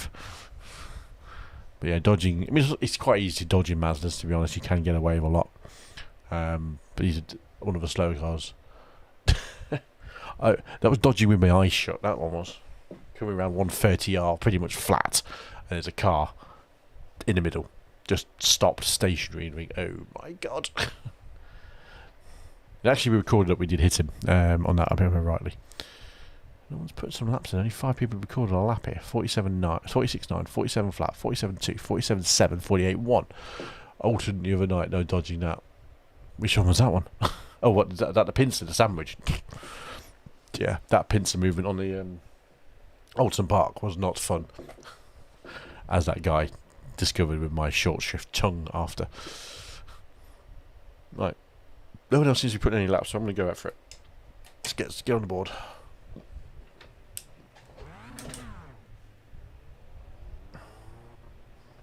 Pit exit looks clear. You've got 2 laps to get the job done.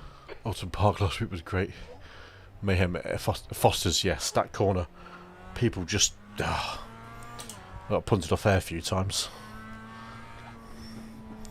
I mean, I only raced it for one night, and it was just carnage filled at every opportunity.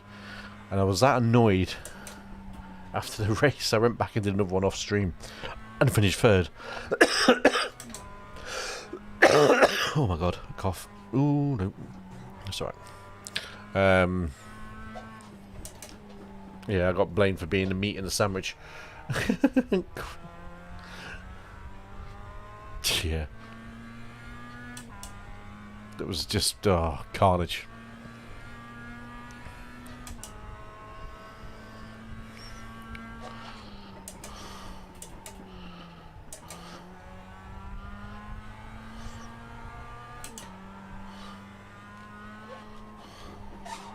His tyres to one, but still a bit on the cold side.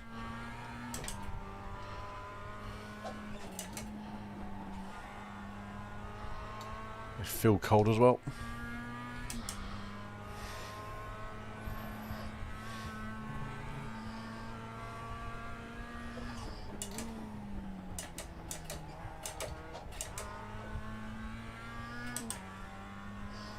One more lap. I can attest to that, Poo Stick. Definitely attest to that. You're now 0.9 off the leader's leader's pace.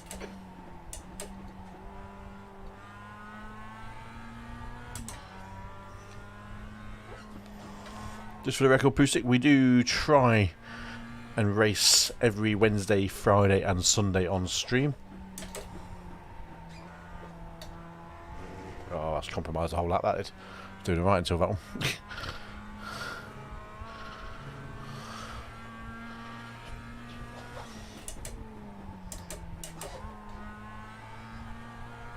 part of the world you're in, Pustik, as well.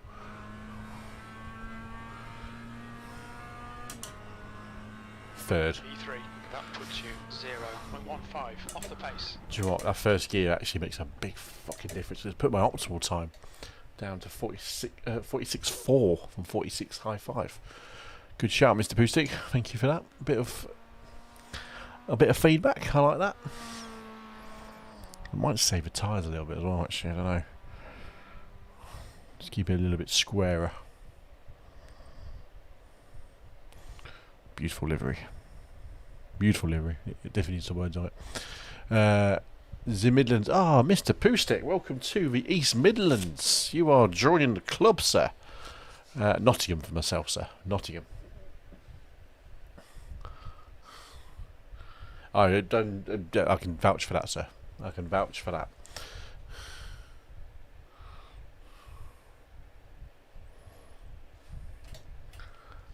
That's the end of the session, P3.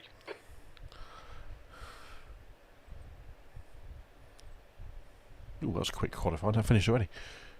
Yes, mate. Far away from the sea as possible. It's a good 2-hour train ride on the train to the old Skeggy. Which for a 4-year-old was always a fun journey, as it turned out this year. It actually was quite a good journey, but it's a long old train trip. No, I'm not a football fan. Shock horror. I will not get drawn into that kind of politics. I am just a rugby fan. This isn't even a broad Nottingham accent, mate. It's a bit northern, but it's not too bad. It's when I slip into my southern drawl, which is where I'm originally from. But definitely raised in the Midlands. Definitely dragged up here. Definitely dragged. I'm a rugby man. Rugby and motorsports. You can't get football into me unless it's an England match. Oh, where we qualified? Was it second? Third. I mean, you started on a grid. Bollocks. Ooh, wheel facing my way. Alessandro Franzoni, he was quick. Luke Fox seemed pretty quick, but I actually beat him. Who's second? Edward. Yeah, I know what you mean about the sleep before the baby wakes up. Mate, that happened to me. I say I've got a 4.5-year-old at the moment. And when I started sim racing, it was always a bit precarious. It felt like just for the noise more than anything. Still wakes up now, to be honest. You can say that because I don't care about it. One of my favourite tracks is Donington Park. Not my favourite. It's bloody awesome, but it's not my favourite.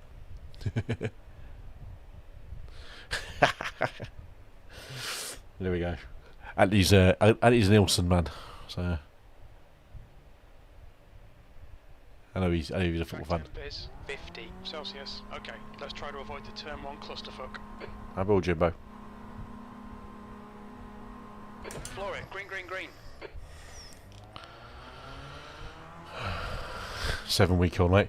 It's always fun with sim racing.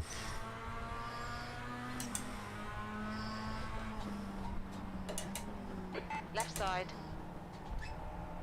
Hold your line. Hold your line. Clear left. One Lucius Fox.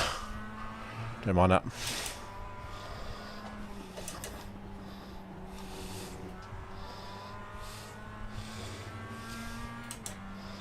Okay, Kev, decent start. We can build something from here.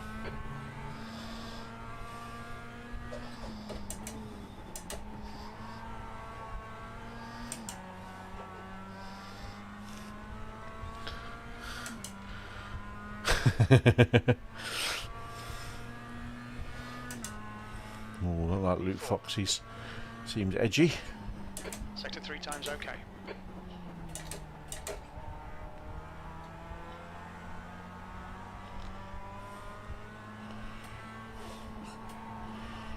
Ooh. Sector Rubbish. 1 is okay. Rubbish corner. I think he followed me as well.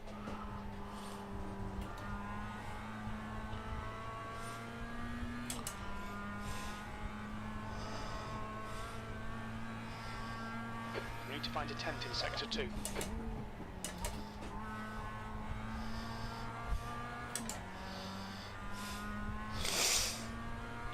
See some smoke behind me. The leader's just done a 47.25. The car in front has just done a 47.26. P4.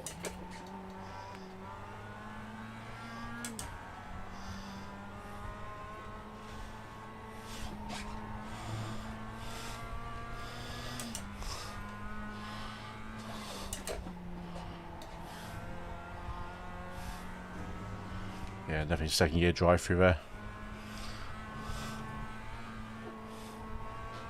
Hit Y on X.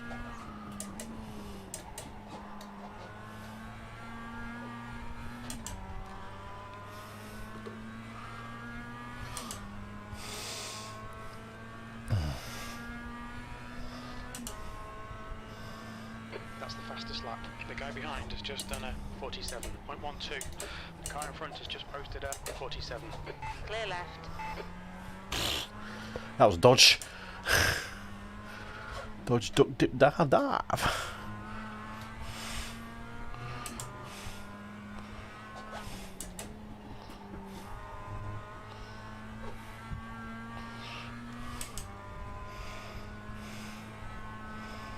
The gap to Edward behind is now 1.2.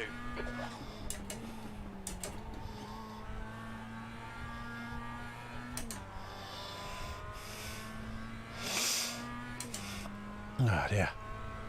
Now that would be seen as you cheeky fucker. I never, you've not actually seen me win a race, have you? P2, sector 1 is 1.3 off the pace.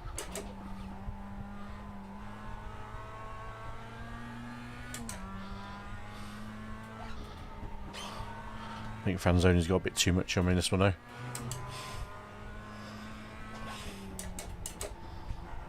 Downshifts are quite hard to match in this car. That's my problem.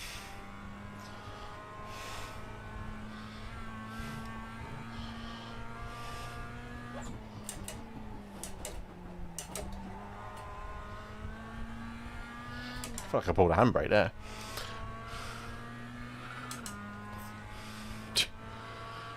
Definitely curved it around there. 46.72. That lap time was 47.07. That's a new fastest lap for Edward. 46.32. Edward seems pretty quick as well. I don't mind it when guys are pretty quick. I don't mind them beating me.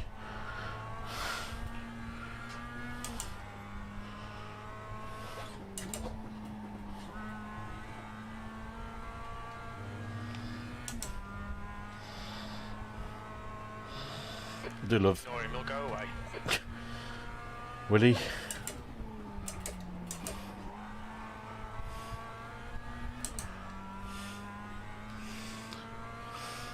I think for Mazda, I think that's a second gear corner. Personally, I don't know. 50-50, isn't it? At the moment, I'm not quite on that balancing point.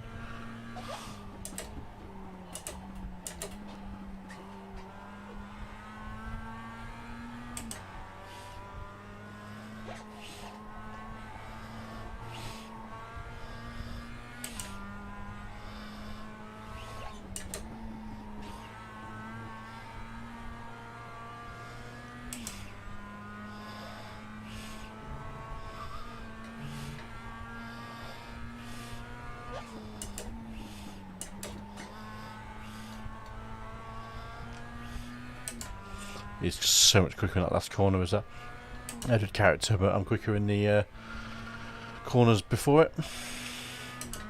46.640. Bloody hell.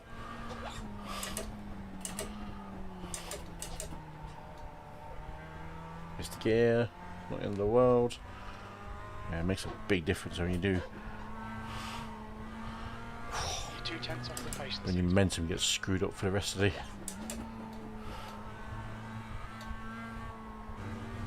Just lift a little bit on exit there, which wasn't ideal. P2. Oh shit. The eye. On your left. Hold your line. Hold your line. Good racing, mate. Still there. Hold your line. It did. Still there. Absolutely did. Hold your line. Clear left. On your left. Clear left.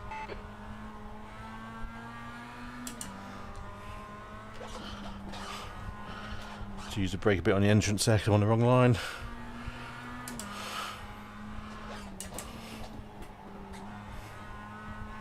That's good.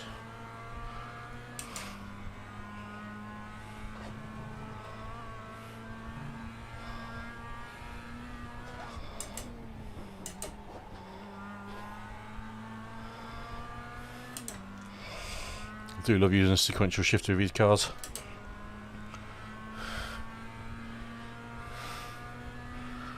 Don't think I can catch Alessandro, mate. Done at 47.63.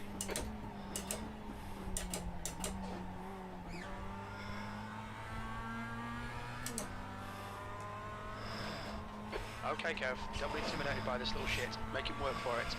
You're 2/10 off the pace in sector 1.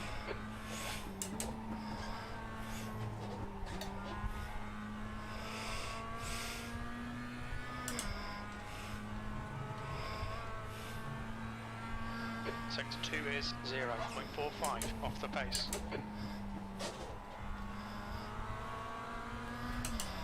Well, he got a good driver, hasn't he? Look at that livery. That was good. On your left. Hold your line. Still there. Clear left.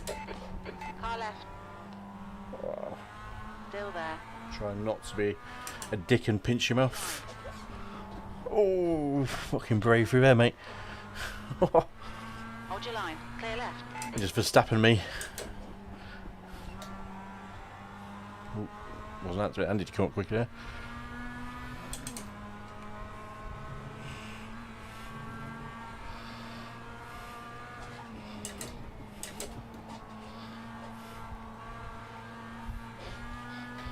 Push. Oh, we clipped the wall. You could be second here.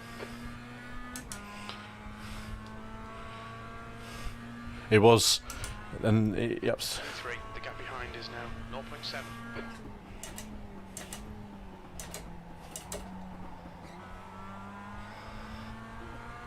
When they changed the gearing on the Mazdas, everyone was like, what's going on here? You used to use first gear a lot, You're a 10th off the and then you never used it.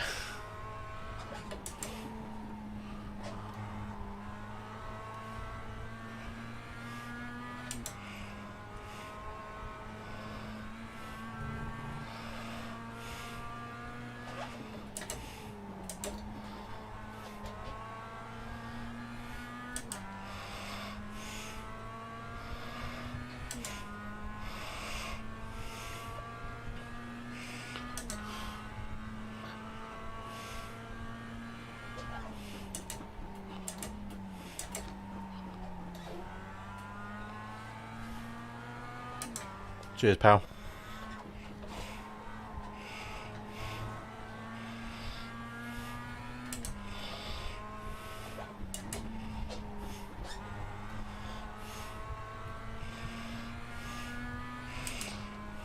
There's Andy Chapper's the guy I got on the second to last lap in the last race.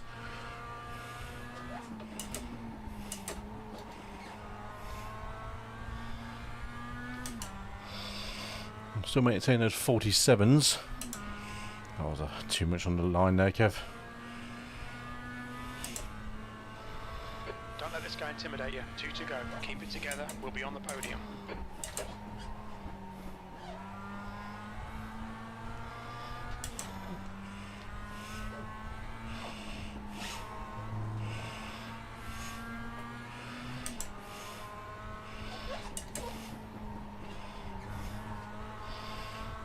Three-way battle for fourth.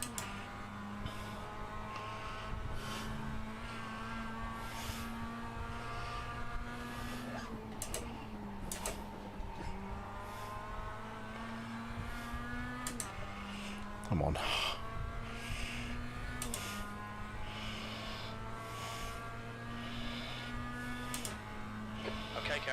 more to go. Keep it together, we'll be on the podium. That was a 47.00.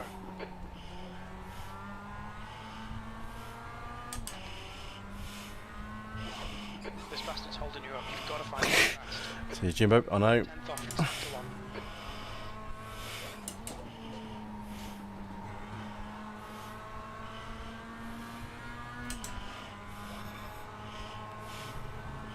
P3. Oh, shit hell.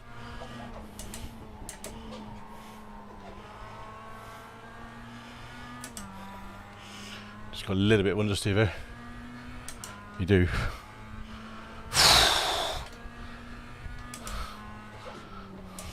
Well done. Decent drive. Sorry, Andy, I think I might have sneak cut you up a little bit on the last corner there.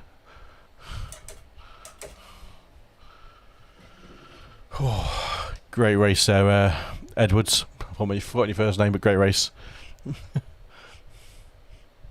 Second place. No, third place. Third place. Another podium at this track. Who was it? It was a guy in front of me. What's his name? Joe Edward. Joe Edward, mate. Good race. Bloody good race that was. Probably one of the best races I've done. And I think it was 0 incidents as well. Oh. Cheeky P3, mate. I had a pace of P2. I made one little mistake. One little mistake. It was going a little too wide. Which, yeah. Which just buggered it up, really. But that's racing. But not clean. I started third, finished third. I'll take that. Well, first finished first, second finished second, and third was the grid positions, and third finished exactly where we started. So we raced for our podium places, didn't we? I would appreciate, I wonder who you're talking to. I would appreciate if you used your brakes to stop the car. It was a Jasper Eerdekins. That was the guy behind me, Andy Gishwind. That was a good race, that was. Boostic, your a bit of advice earlier on was top $1. I think that was probably my fastest race on this track, and first gear helped. Do you know what? That's a great bit of honesty from a guy in the chat there. He goes, I was already on my corner speed and didn't pay attention. You know what? You can't ask for much more than that. So I'm going, yeah, my fuck up, mate.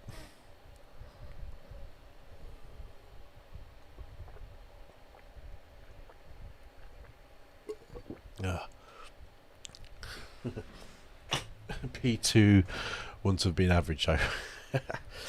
Probably not.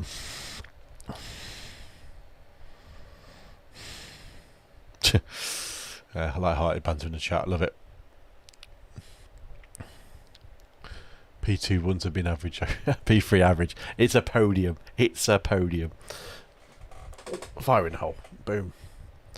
No, an absolutely quality bit of advice that was. I didn't even think, I thought about it, but I just think first gear wasn't good enough. But when you stick it in practice and you practice it and it works.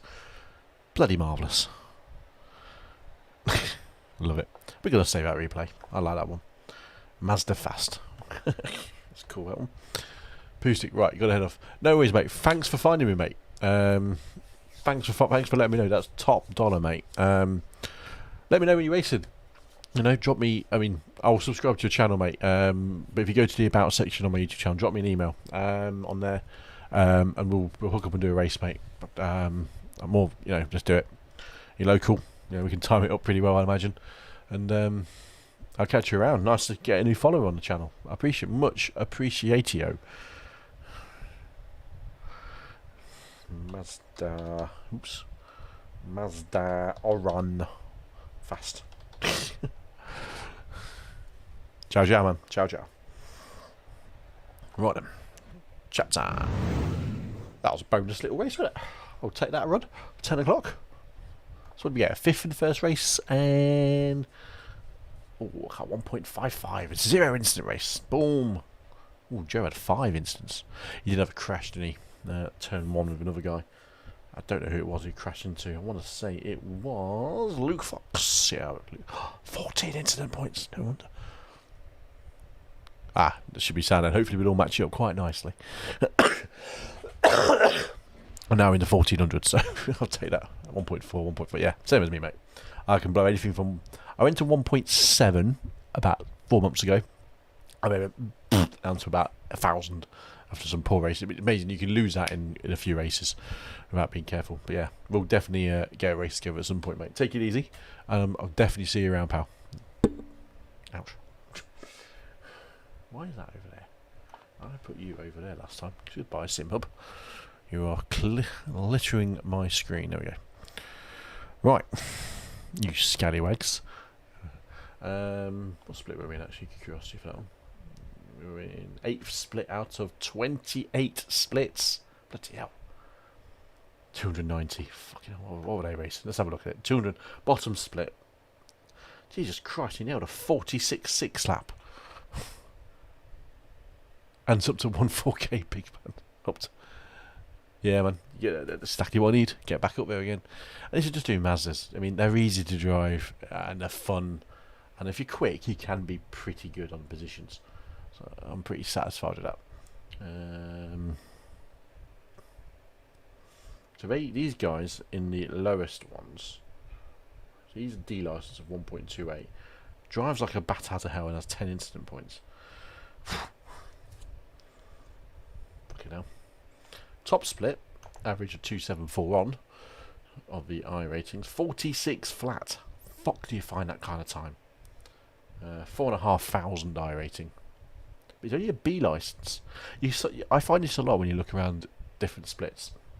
He's got a lower safety rating than I have. I'm at 1.9, 1.8 in the end.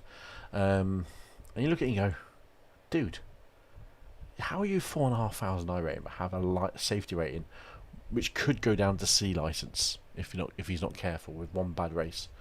In fact, he was close. He's jumped up 0.14 and he was at 1.18 now. So he was at 1.04, which means he was fractions away from losing his B license. And when you're 4,500 iRating, you're either driving one set of car or you're just fluctuating between, and you lose out on the cars you're driving. But there you go. Lando Tiga, 2.1 A license, 3,100 iRating. They're averaging 47 a lap, 46.3. I mean, they're top guys. Best lap there for Jason Green too. 47.037. What were we? What was our split again? Split 8, wasn't it? What was my average lap time? 47.867, okay. But we were at 46.640. Joe Edward, 46.3. Man, these guys are on it. They were on it. And fair play to him. It was a challenge to be up there. Andy was faster than me in 1 lap pace. I think I was the only clean. It was the only clean. Oh, he got a leader. Alessandro was up there as well. He led 14 of the laps. Joe led the first lap. We had an amazing dodge as well. We did have a great dodge on lap 2, I think it was. My best lap was lap 7. 46.9, 46.8. Everyone else was in a 47. So we were comfortably the top guys pushing hard. But 46.4, I'm pretty happy with that. Pretty happy with that. Oh. So we've got 1.88 on the safety. One more good race will take us over the edge. Shall we leave it on a cliffhanger? Dun, dun, dun. Or shall we do something else? Was it 10:30? Got a choice. Rather do Porsches fixed at Hockenheim, which is 16 laps. So 120 odd lap, I think it was.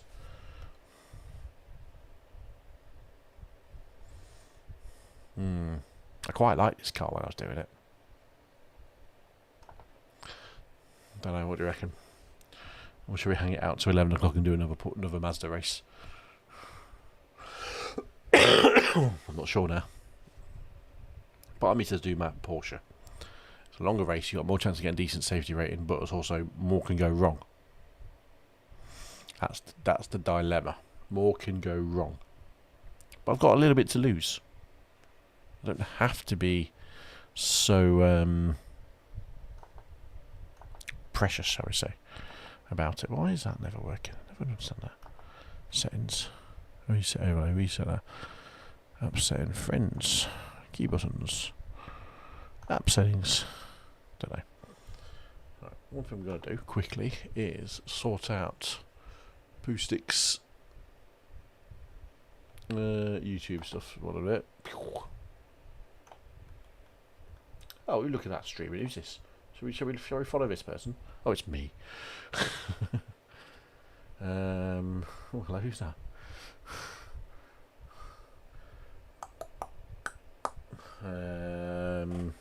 Right. Hockenheim is always fun, but you're smashing the Mazdas. Shall we do another Mazda? Let's do some more Mazdas. Fuck it, we'll do some more. We're doing an 11 o'clock Mazda race. Triple bill. You've talked me into it, Ant. Porsche will save. We'll save Porsches for their own night, which either be tomorrow or Saturday. But probably be tomorrow night.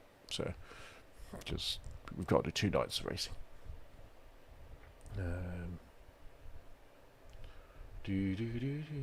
What can I find? If I go into my own stream and deafen myself. So you got 2 people watching. I know, because I'm watching myself. Poostic, how do I find you? You're a YouTube channel, aren't you, sir? This could be dangerous. I just spelled Poostic. Exactly how it sounds. Poostic. There we go. Subscribe. You got more subscribers than me. Tarkov YouTuber. Tarkov.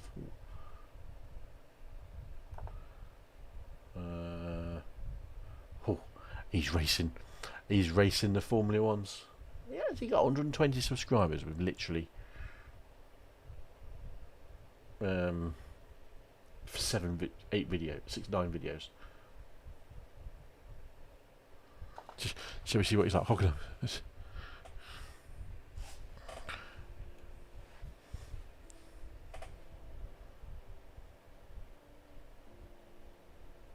is a great little track. This one is the Jefferson circuit.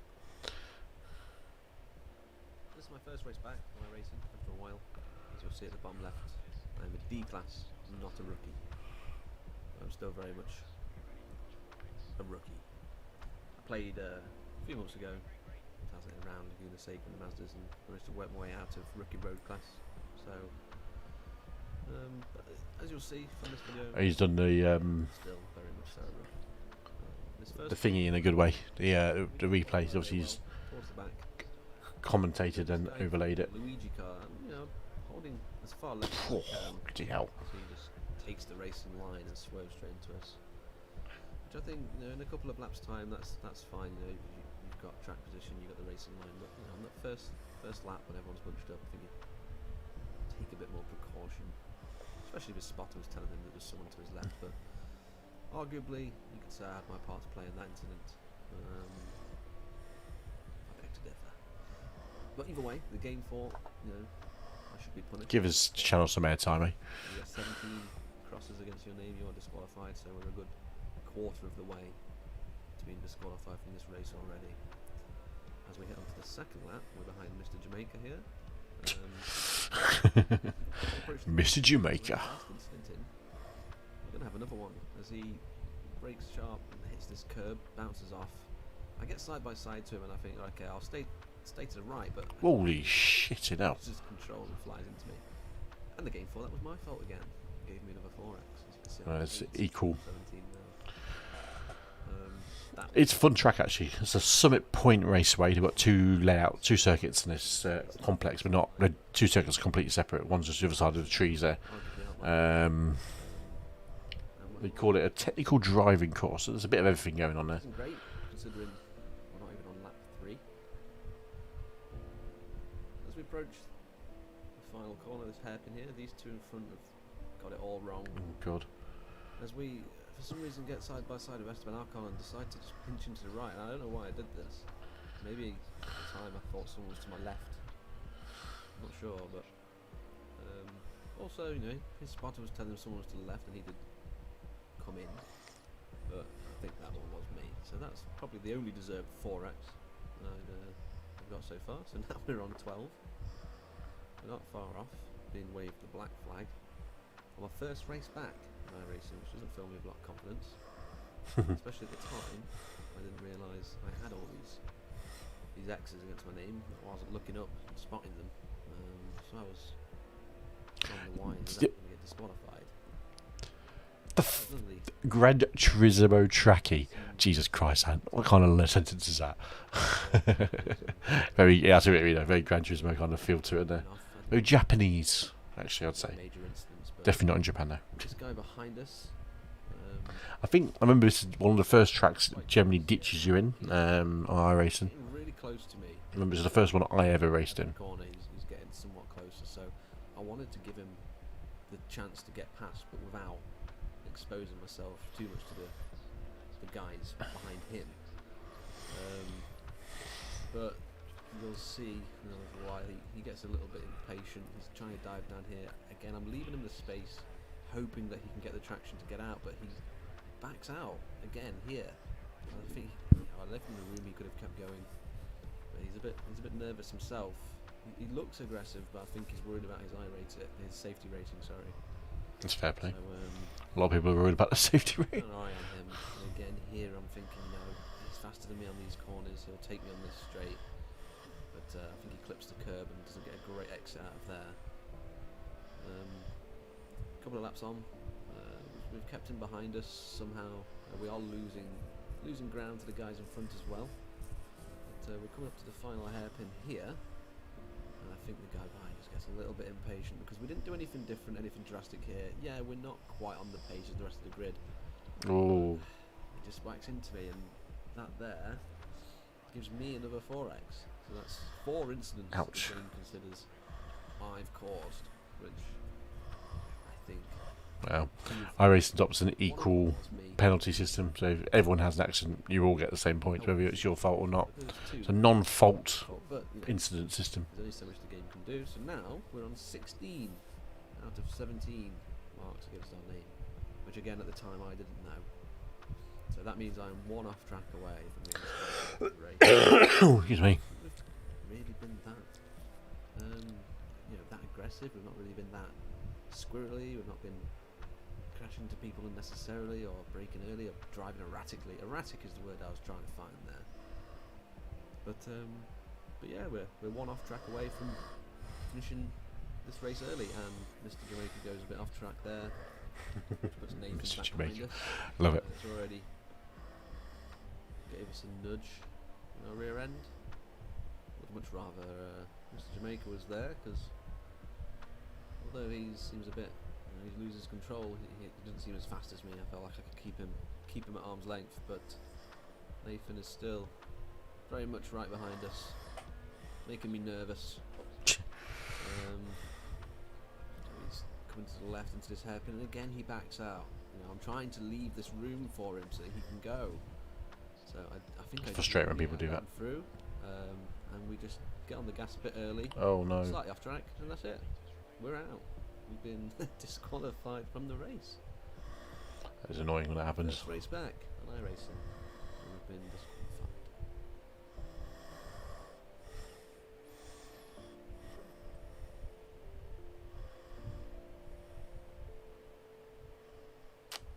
Four wheels off track, mate.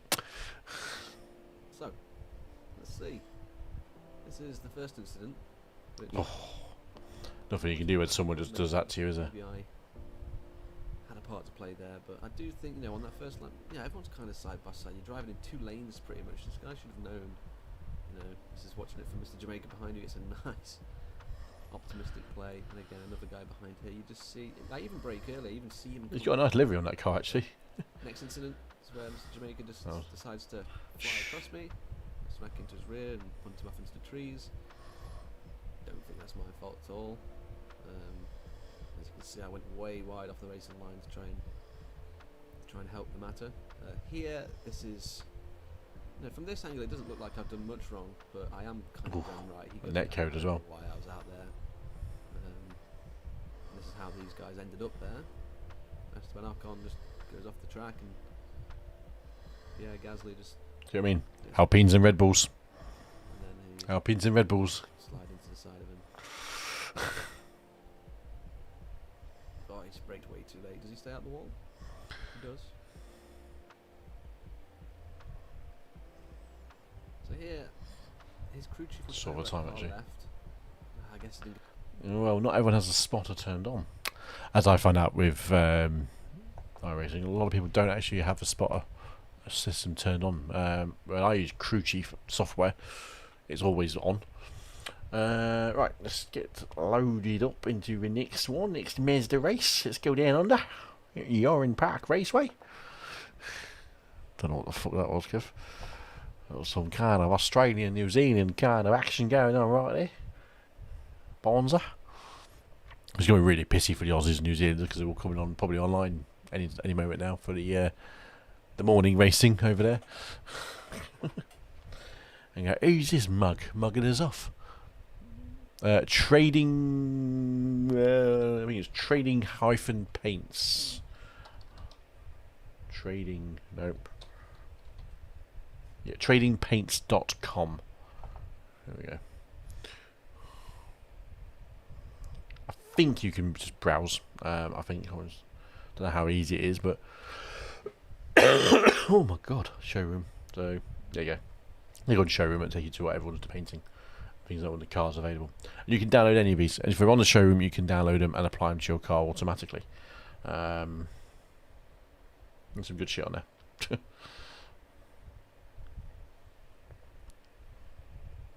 Tradingpaints.com. Right, let's get joining.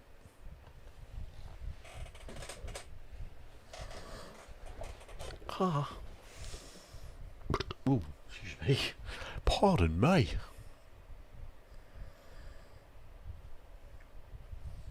Seven.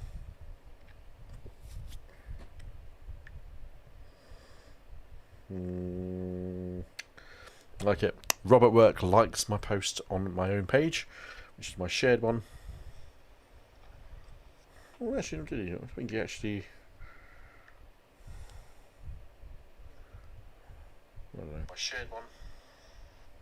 Oh. I think he actually. Fucking hell. There we go.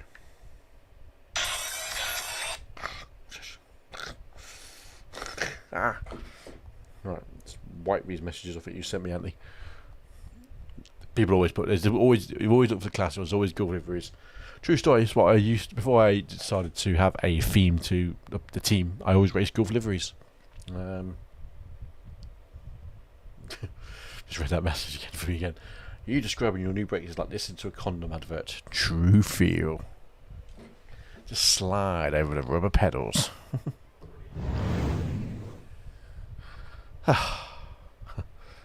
Right.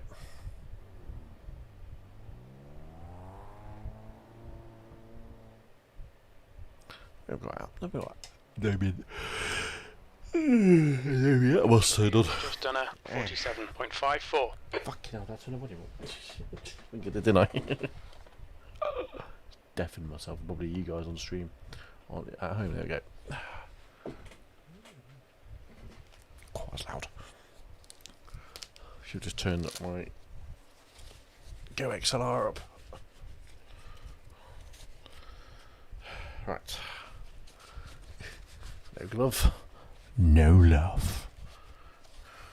Just some kind of random, kind of smooth radio FM kind of vibe to it tonight. The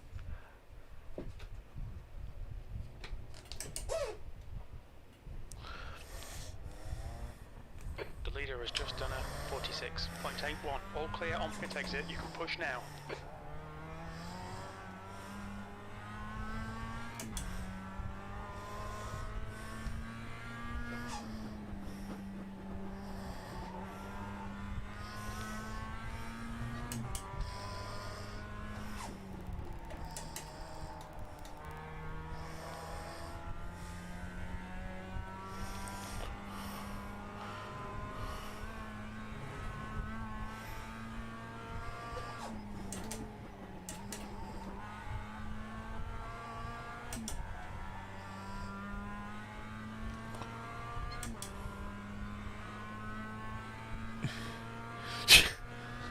Not a lot of the over-sexualised banter.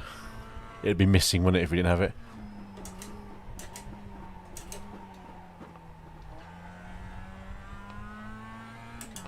Way too late on the brakes that was to even contemplate that corner. Whee!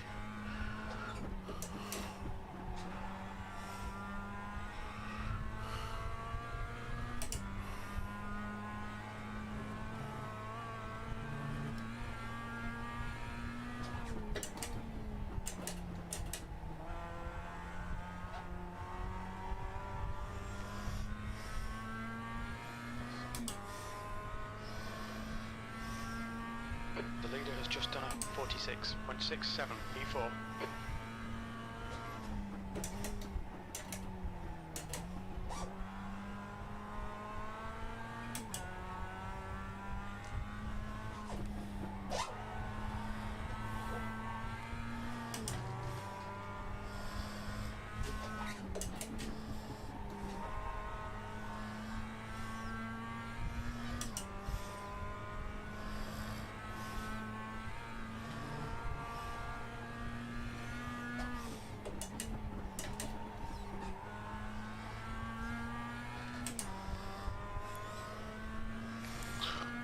Why on earth did I never do the first gear beforehand?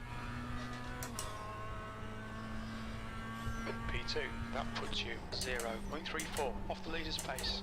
That lap was a 47.01.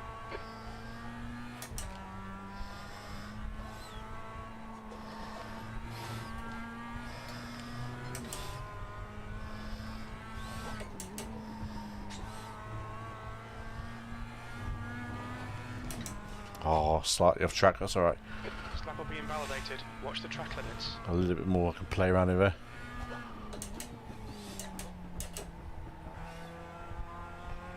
Get the gear there. Still a good drive for it though. 46.594. Your quickest overall.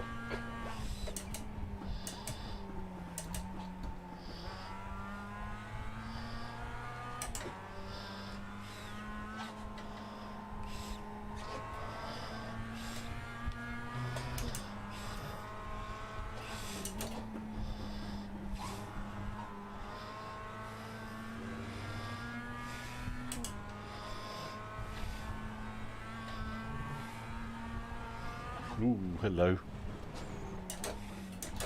Watch the track limits, please, Kev. So you do it. It's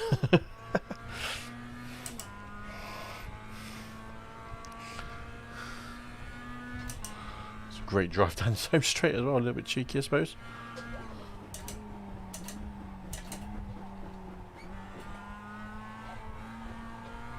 Car right. Clear right. Ow, trying too hard. This lap will wait till... Shit. Are you alright? That was a big one. I know it was a big one. So let's have a look at how not to do that. I was pushing well there, that was quick. So much drive out that corner compared to that guy. Ain't got too much curb, rear end goes, see ya! Douche.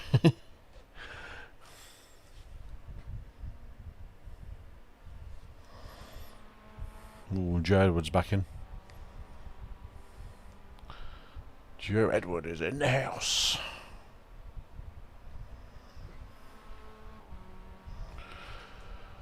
Oh. So I'm feeling pretty confident again. He says. Oh. My legs don't feel as stiff.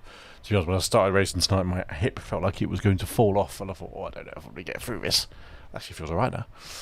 Just worked it in. Just, just start smashing the brake pedal, just work it up. Get the Popeye leg working. I'm the fastest person in practice before the race starts. Daniel Bates, TTTT. Sorry, mate.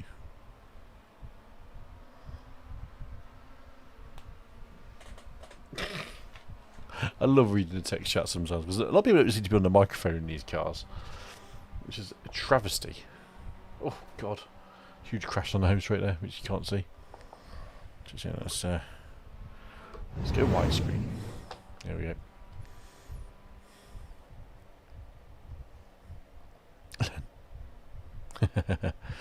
Don't cry about it. It's only practice. Learn to drive. Funny, hilarious. Some of this. So we'll be 46.59, I don't know, 46.594, 46.7, 46.8, 46. Oh, we're pretty quick now, aren't we?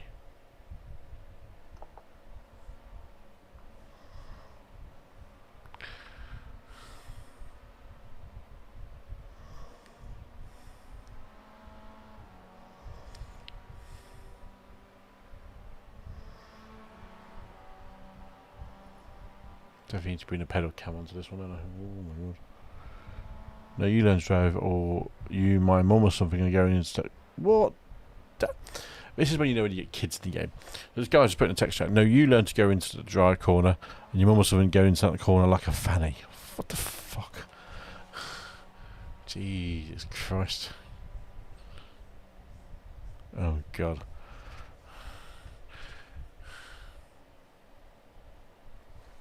Problem is, you always get that one British guy who throws a something British in there, and then other people. There's a lot of Europeans who go, I have no idea what he just said. I just nod and go, yes, you are a crazy man. You are very crazy. The different lines into that first corner.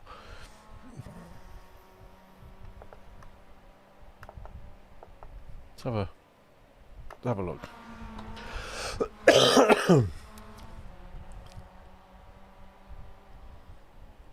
See. Quite like that livery. That's quite fast.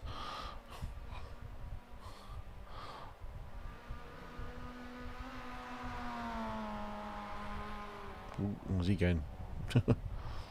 Taking the wide angle line. That is probably quicker to start your next lap with, isn't it? The leader's just done a 46.45.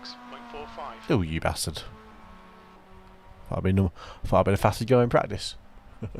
Be surprised if I did. What's he guys on a good old practice ding dong? Oh, he's on the grass. Got off his mirror hanging off. Oh, he's gone. No.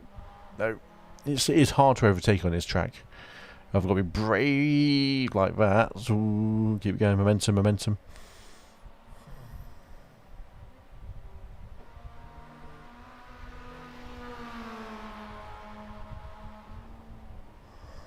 Oh, so close, those two.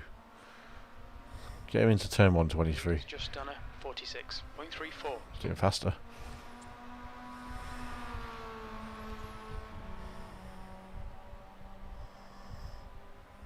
Did he go for it? Before we had enough draft there. The brake's getting hot.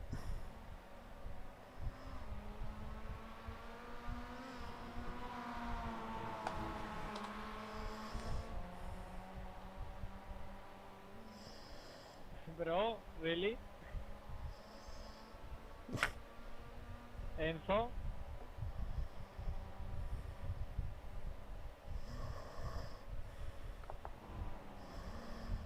Oh, there we go. Here we go. The leader is Took him off. 0.30. I've got a few minutes to go there.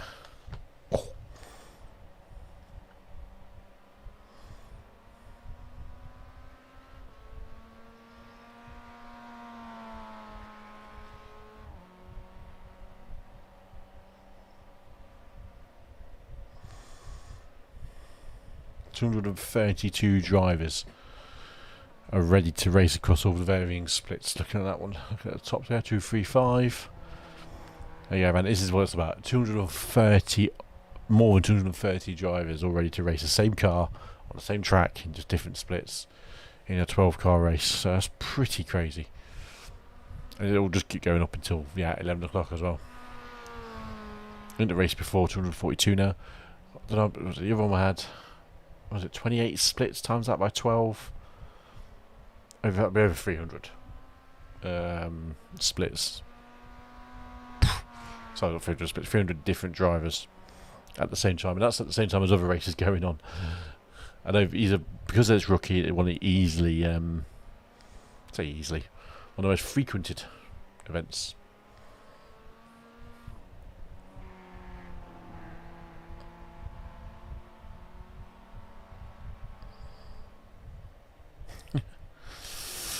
Can't report someone in practice.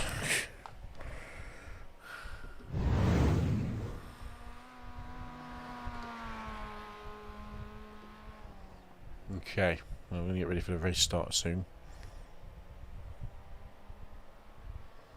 249 people registered. I imagine we might be in a higher split because there's so many splits. There's going to be a lot of people around similar kind of ratings. So We can see how that turns out.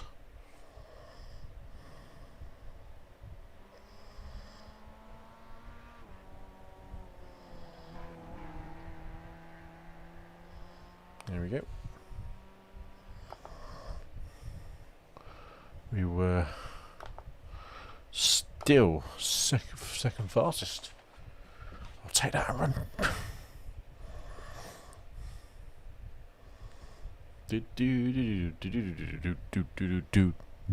Bien.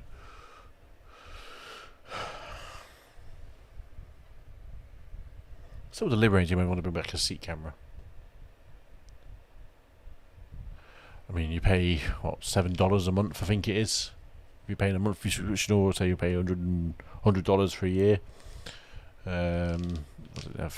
How many active? Let's say active at the moment. I think I said 9,000 people racing at this moment in time. I hate you doing the math on that, but to be fair, they put it all back in. They literally put it all back in into their development. Track's clear. Push. When they broadcast esports, I think it's second to none. I did not ask you to do that, Siri. No one, Siri.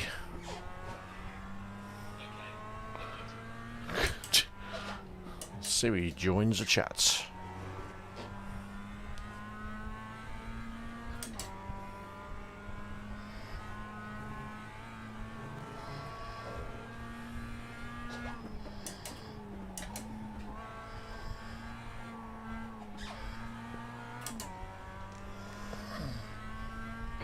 Temperatures rising. Car 4. 52 Celsius.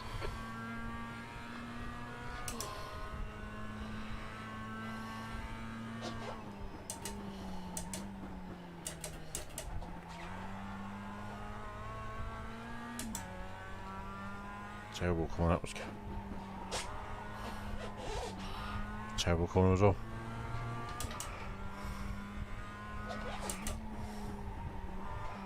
Apex somewhere, Kev.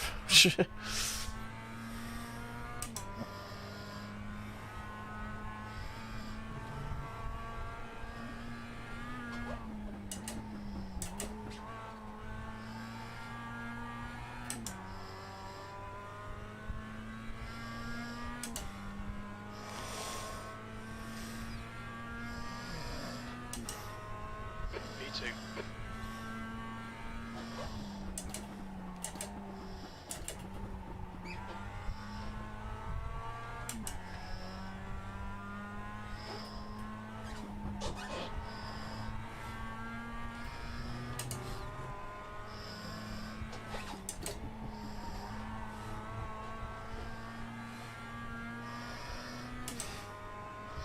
That's the end of the session. B2. That felt pretty good on the colder tyre. Just been committed, isn't it? Commit to the corner. Maybe who we got? Anyone I recognise? No one from the last race. Don't think anyway. If it is, I don't recognise anyone. As again, we'll do the same philosophy. Top 3, we qualify. We start the race on the grid. If not, we start from pit road. Which means so far, you've seen both races from the starting line, which is always fun.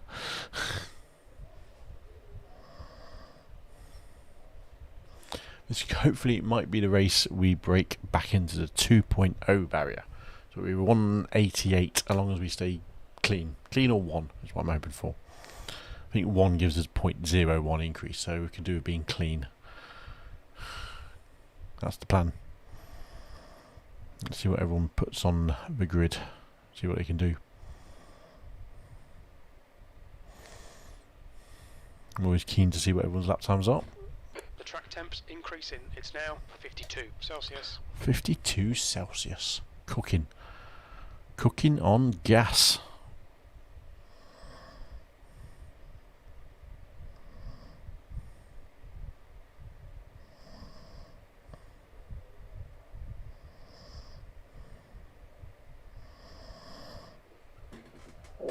Pardon me. Let rip. Come on guys, put some laps on the board. I want to see what I'm racing against. I want to see if it's actually worth me going out of qualifying. I know what my limit is. Someone's gone. Jorgen Stranden has been disconnected. Always fun. Oh guys, you've been out there a minute and 53. Should be over that. There we go. 40. Oh, fucking hell. 48 and 54. Rookie is Grona.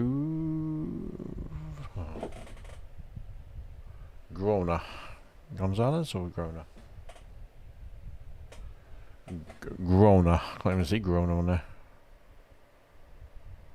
Oh, Niels Grona is a rookie. I think I'm the only B license guy. A couple of C's, a couple of D's. 54. Jesus Christ. Everyone's having some sketchy outlaps here, aren't they?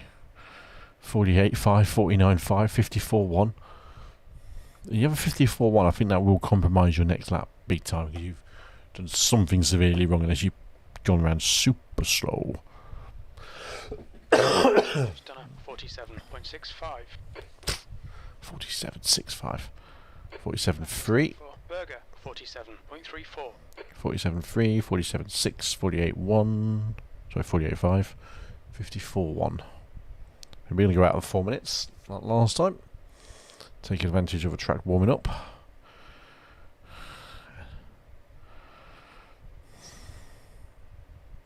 A lot of people not pitting, or not seem to be putting a lap on the board. It's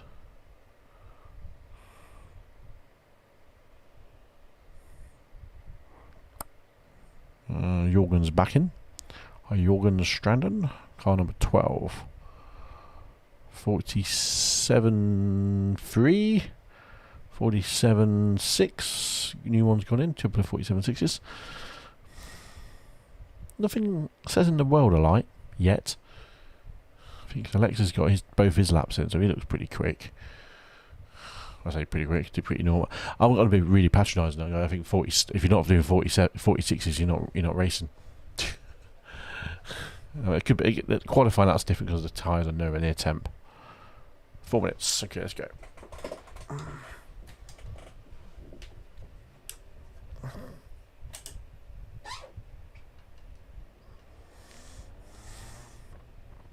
Your exit's clear. Don't cross the white line. Okay, Kev. We've got 2 laps to set a decent time.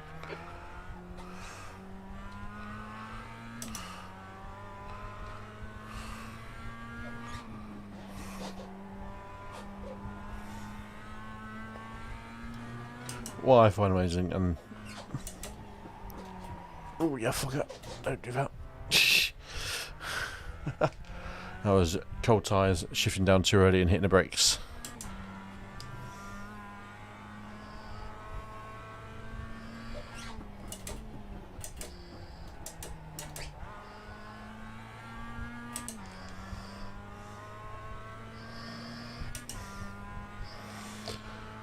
Let's go.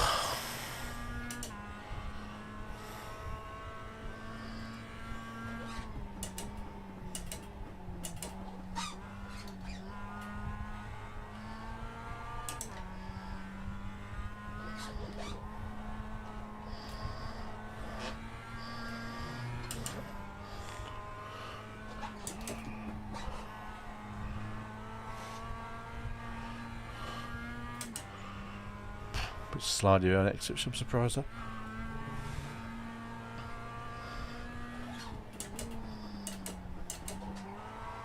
Oh, you utter numpty.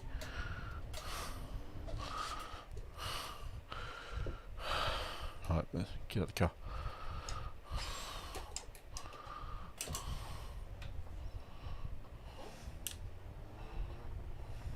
Pit exit is clear. I've got to wave out because I didn't cross the line, so I still get this lap with hot tyres. Another lap to get spicy.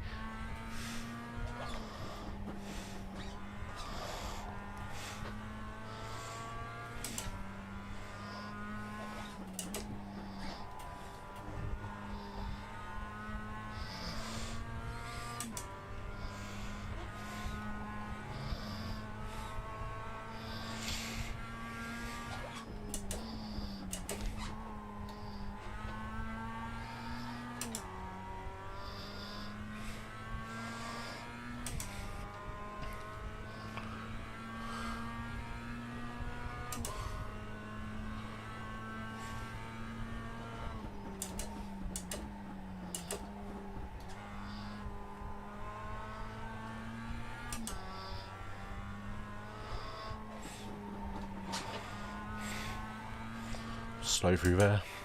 No, that's not a good lap. Nah, ruined it. Ruined it.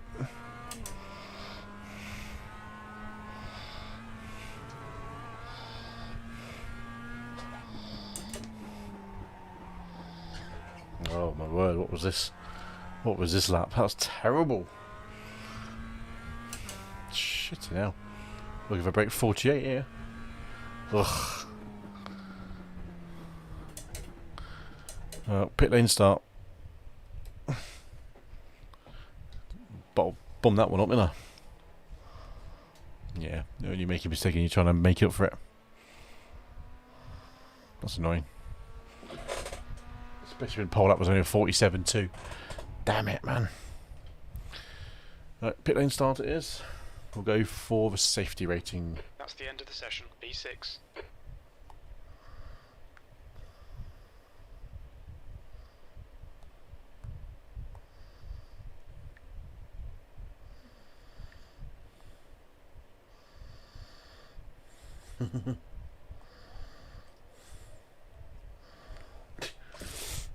Saw a comment on Facebook from someone who's Australian about something completely different, and someone from America kept sending him. He's quite a famous sports person, and some people were saying "Happy Thanksgiving." He goes, "Guys, it's really nice that you send me Thanksgiving, but I'm Australian and we don't do Thanksgiving.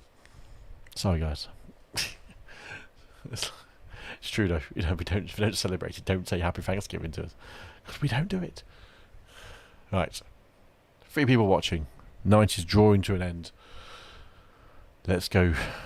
A last to first challenge. We can do this. We've got this. We've got this. We are starting from the pit lane, so we've got another minute for the timer to come out. Because we're going to do this, and we'll do this like a legend.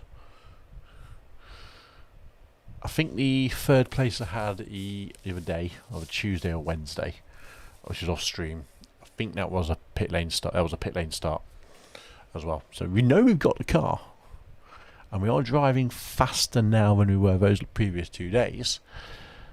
So it's gonna. We can do this. We've got this. We've got this. We'll wait for someone to get going. I'm like, no, I'm starting pit lane, boys. I don't want to be in the middle of the pack into the first corner because I'm sensible. Because I know people have an accident. No, man, no. Safety rating. This is safety rating. I hope you can demonstrate after this race the big gain when you go back above 2 and how much extra it gives you. That's the plan. That's the plan. There we go. The air temp is 26 Celsius. The track temp is 50 Celsius. 15 laps. Make them count. 6th place. Go, go, go.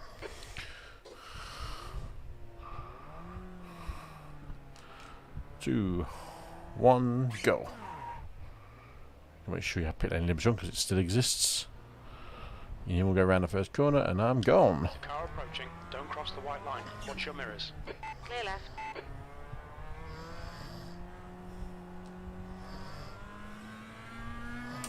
We haven't got through the first corner, which I'm very surprised at. Oh, where's the spinner? One place made up. Oh, Kev.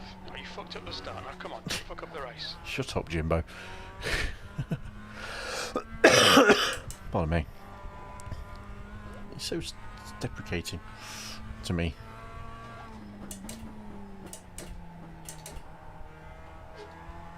I don't know why this doesn't shift down first sometimes.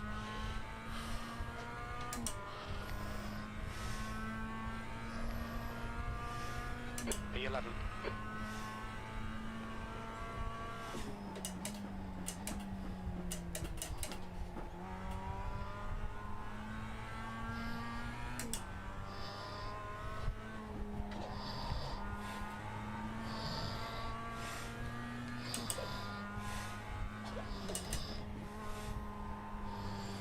It was slightly, you know, when you see a good start to the race, a clean start, everyone's like, okay, pit lane start, probably not the best thing, but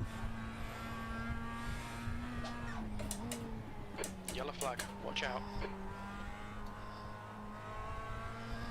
The leader cars left. 47.86. The guy ahead has just done a 47.70. P9. Sector 3 is 0.48 off the base.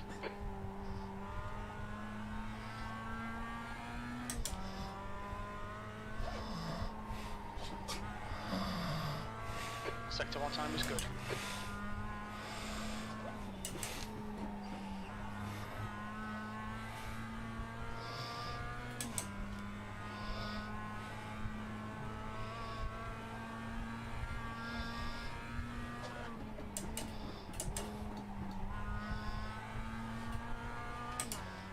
When you hook that last corner up, it really hooks up. 47.42. Fastest lap for Berger. 47.26. The guy in front has just done a 47.36. The guy behind has just done a 47.19. And we did a 47.14. I want you both shout about that then.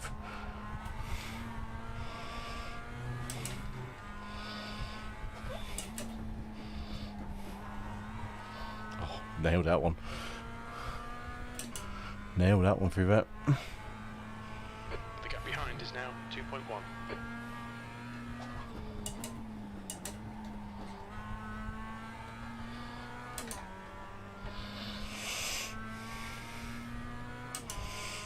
I'm gaining, not too bad. The guy ahead's last lap time is a 46.75. The guy behind has just done a 46.91.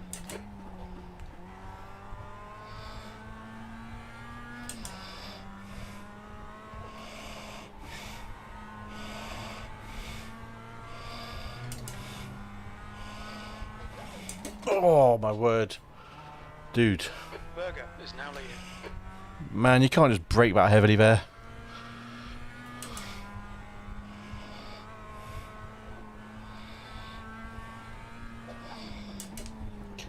Because that 4X has just ruined the entire lap race.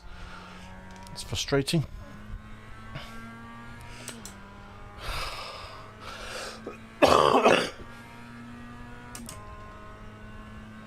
Eighth place. Yellow flag, keep your wits about you, mate.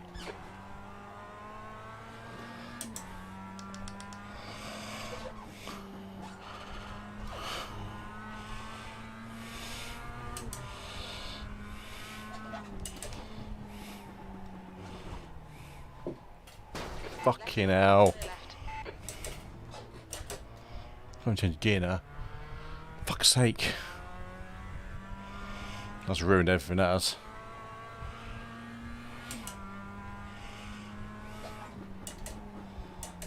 Oh, yeah, let's Leader has just done a try and get that to first. 47.14. There we go. Fuck's sake, people. P7. Left side. Clear left.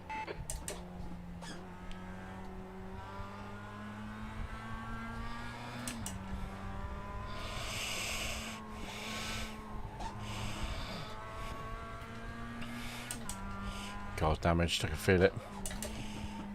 Hasn't got the pace. Oh well, that's the way it goes. Just keep it clean out when he's off track. The leader has just done a 47.02.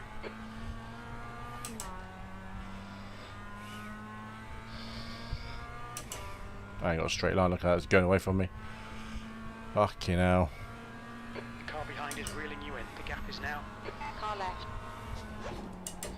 Still there. Clear left. P9. Come on, don't let him get away. It's annoying. The gap in front is now 0.5. Fuck.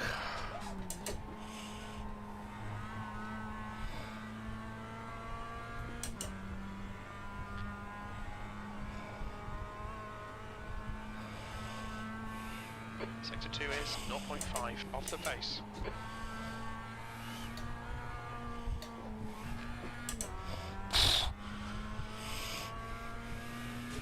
Got to stay clean now for the rest of the race, I suppose. halfway home. Fuel's good.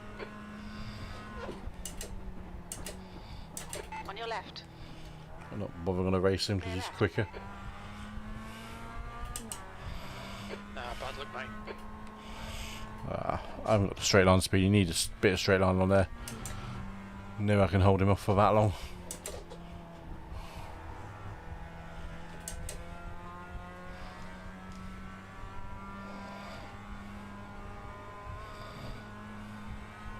Oh, it was a frustrating race.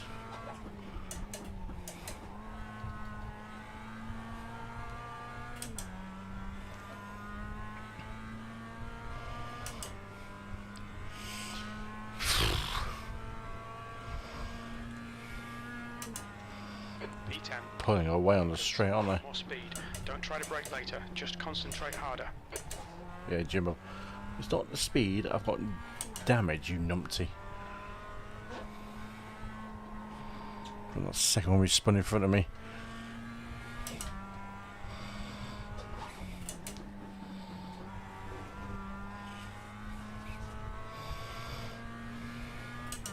It's not so acceleration, it's just top end. The gap in front has increased to 1.8 seconds.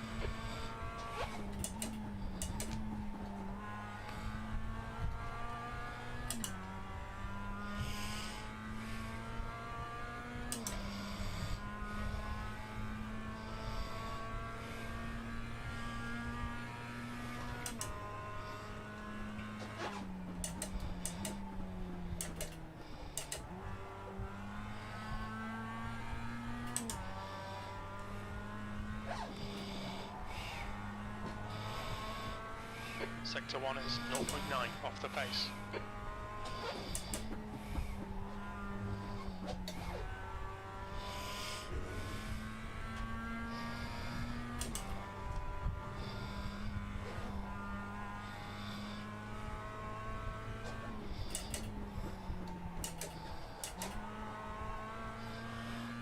God, every gear shift is a problem, it feels like.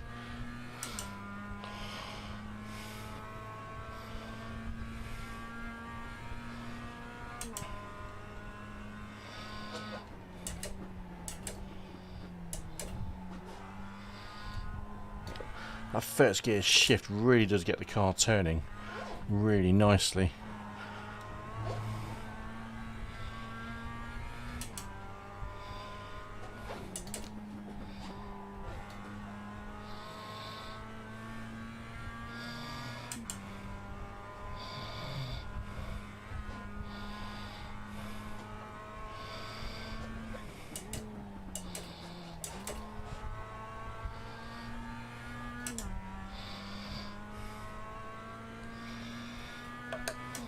Use the paddle on the wheel then. Duh. Okay, Kev, push now. We can catch this guy. I can't catch him. Just done a 47.03.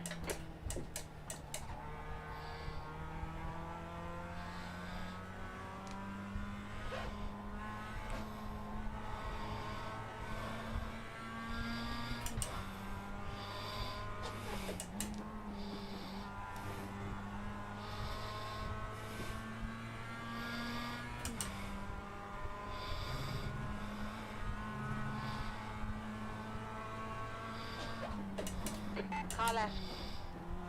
Clear left.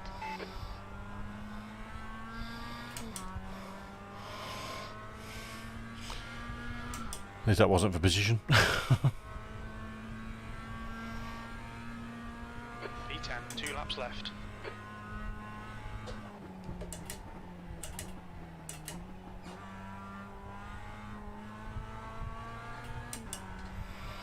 God, a 50-second lap. Look how much damage has done to my car.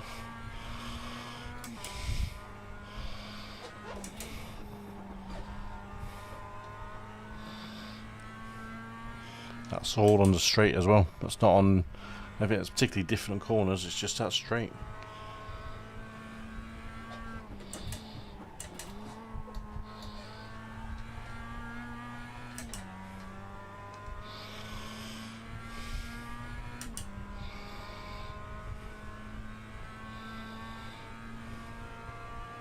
Last lap.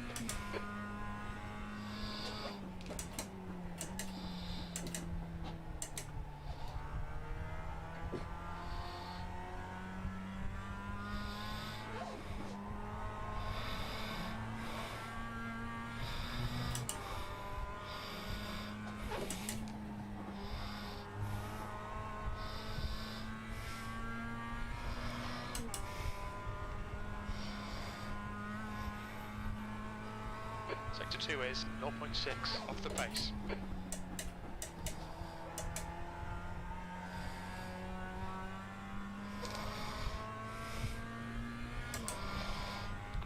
You beat 48 that time? No. 10th position. That's it. We're done. Well, we didn't get lapped by the leaders, so that's annoying. That's a bit frustrating. Oh, look at that. Oh, that's going to cause some drag, isn't it? Bumpers hanging off. Oh, it's annoying now. Really annoyed by that. We had pace to win that race. We absolutely had enough pace to win that race if we had qualified better. This is, you know, didn't qualify well. Nowhere near where we needed to, but when we had people breaking in the wrong places and just, yeah, shit happens. But, you know, shit happens.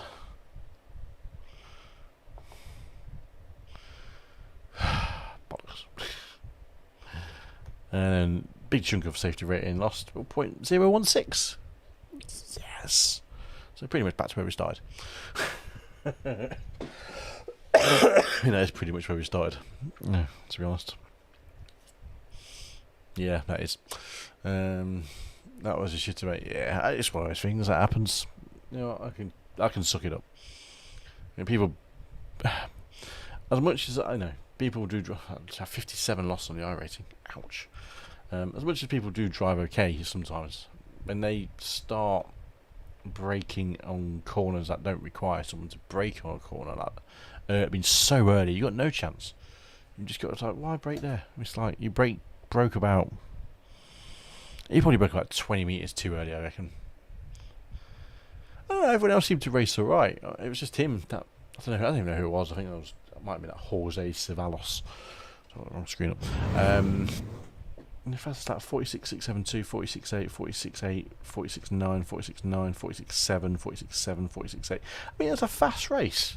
I mean, they drove it fast, but they didn't. I don't think they were consistent with Spaniards. Look at the amount of Spaniards in it. Hispano-America. Iberia, Hispano-America, Iberia, Benelux. I think Benelux is Belgium, yeah.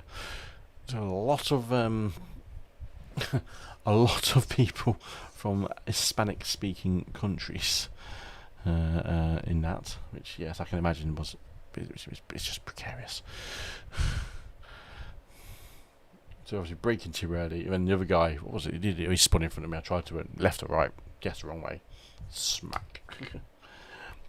Not much I can do about that. 8 incident points. Yeah, that's life. That's just life. Oh God. And you have to do it all again to get your safety rating back up again. After bloody being so close again to knocking it over. Fuck's sake. You can see why you want to run around the back sometimes. What time is it? 10:30. 11:30, sorry.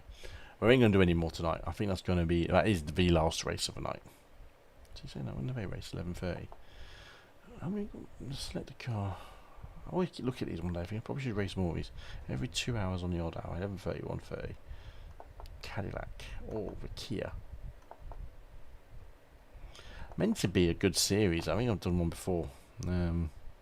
That's like entry level endurance racing, but 25 minutes fixed multi. Yeah. One. Don't think so. Cadillac and Kias, eh? Couldn't make it up. Yeah, so I think we're gonna end the stream there. Good night. I mean, we had a podium. We nailed a third place in the second race of the night, and a clean race. 5th in the first race with 5 instant points, and then 10th in the last race, equaling our worst place race at this track. So, and that was with a disconnection. So not terrible. No, I can live with that. Up, down, up, down, up, down. So yeah, I can. Yeah, that's all right. That's all right. So we're gonna leave it there. We're gonna end there. It's been 3 hours exactly as it ticks over on the board of the stream length. So thank you for joining me if you're watching on YouTube. We made some new friends tonight. If you like what you see on YouTube, like the video and subscribe on there. And if you're watching on Facebook, be sure to like and follow the page. And obviously like the stream. So thanks for joining and thanks for watching. It's been a fun night. We will be back either tomorrow night or Saturday night for a little bit different. And I'm thinking it might be some Porsches on the cards. All being well, anyway. Tally ho! I'll see you all very soon. Toodaloo.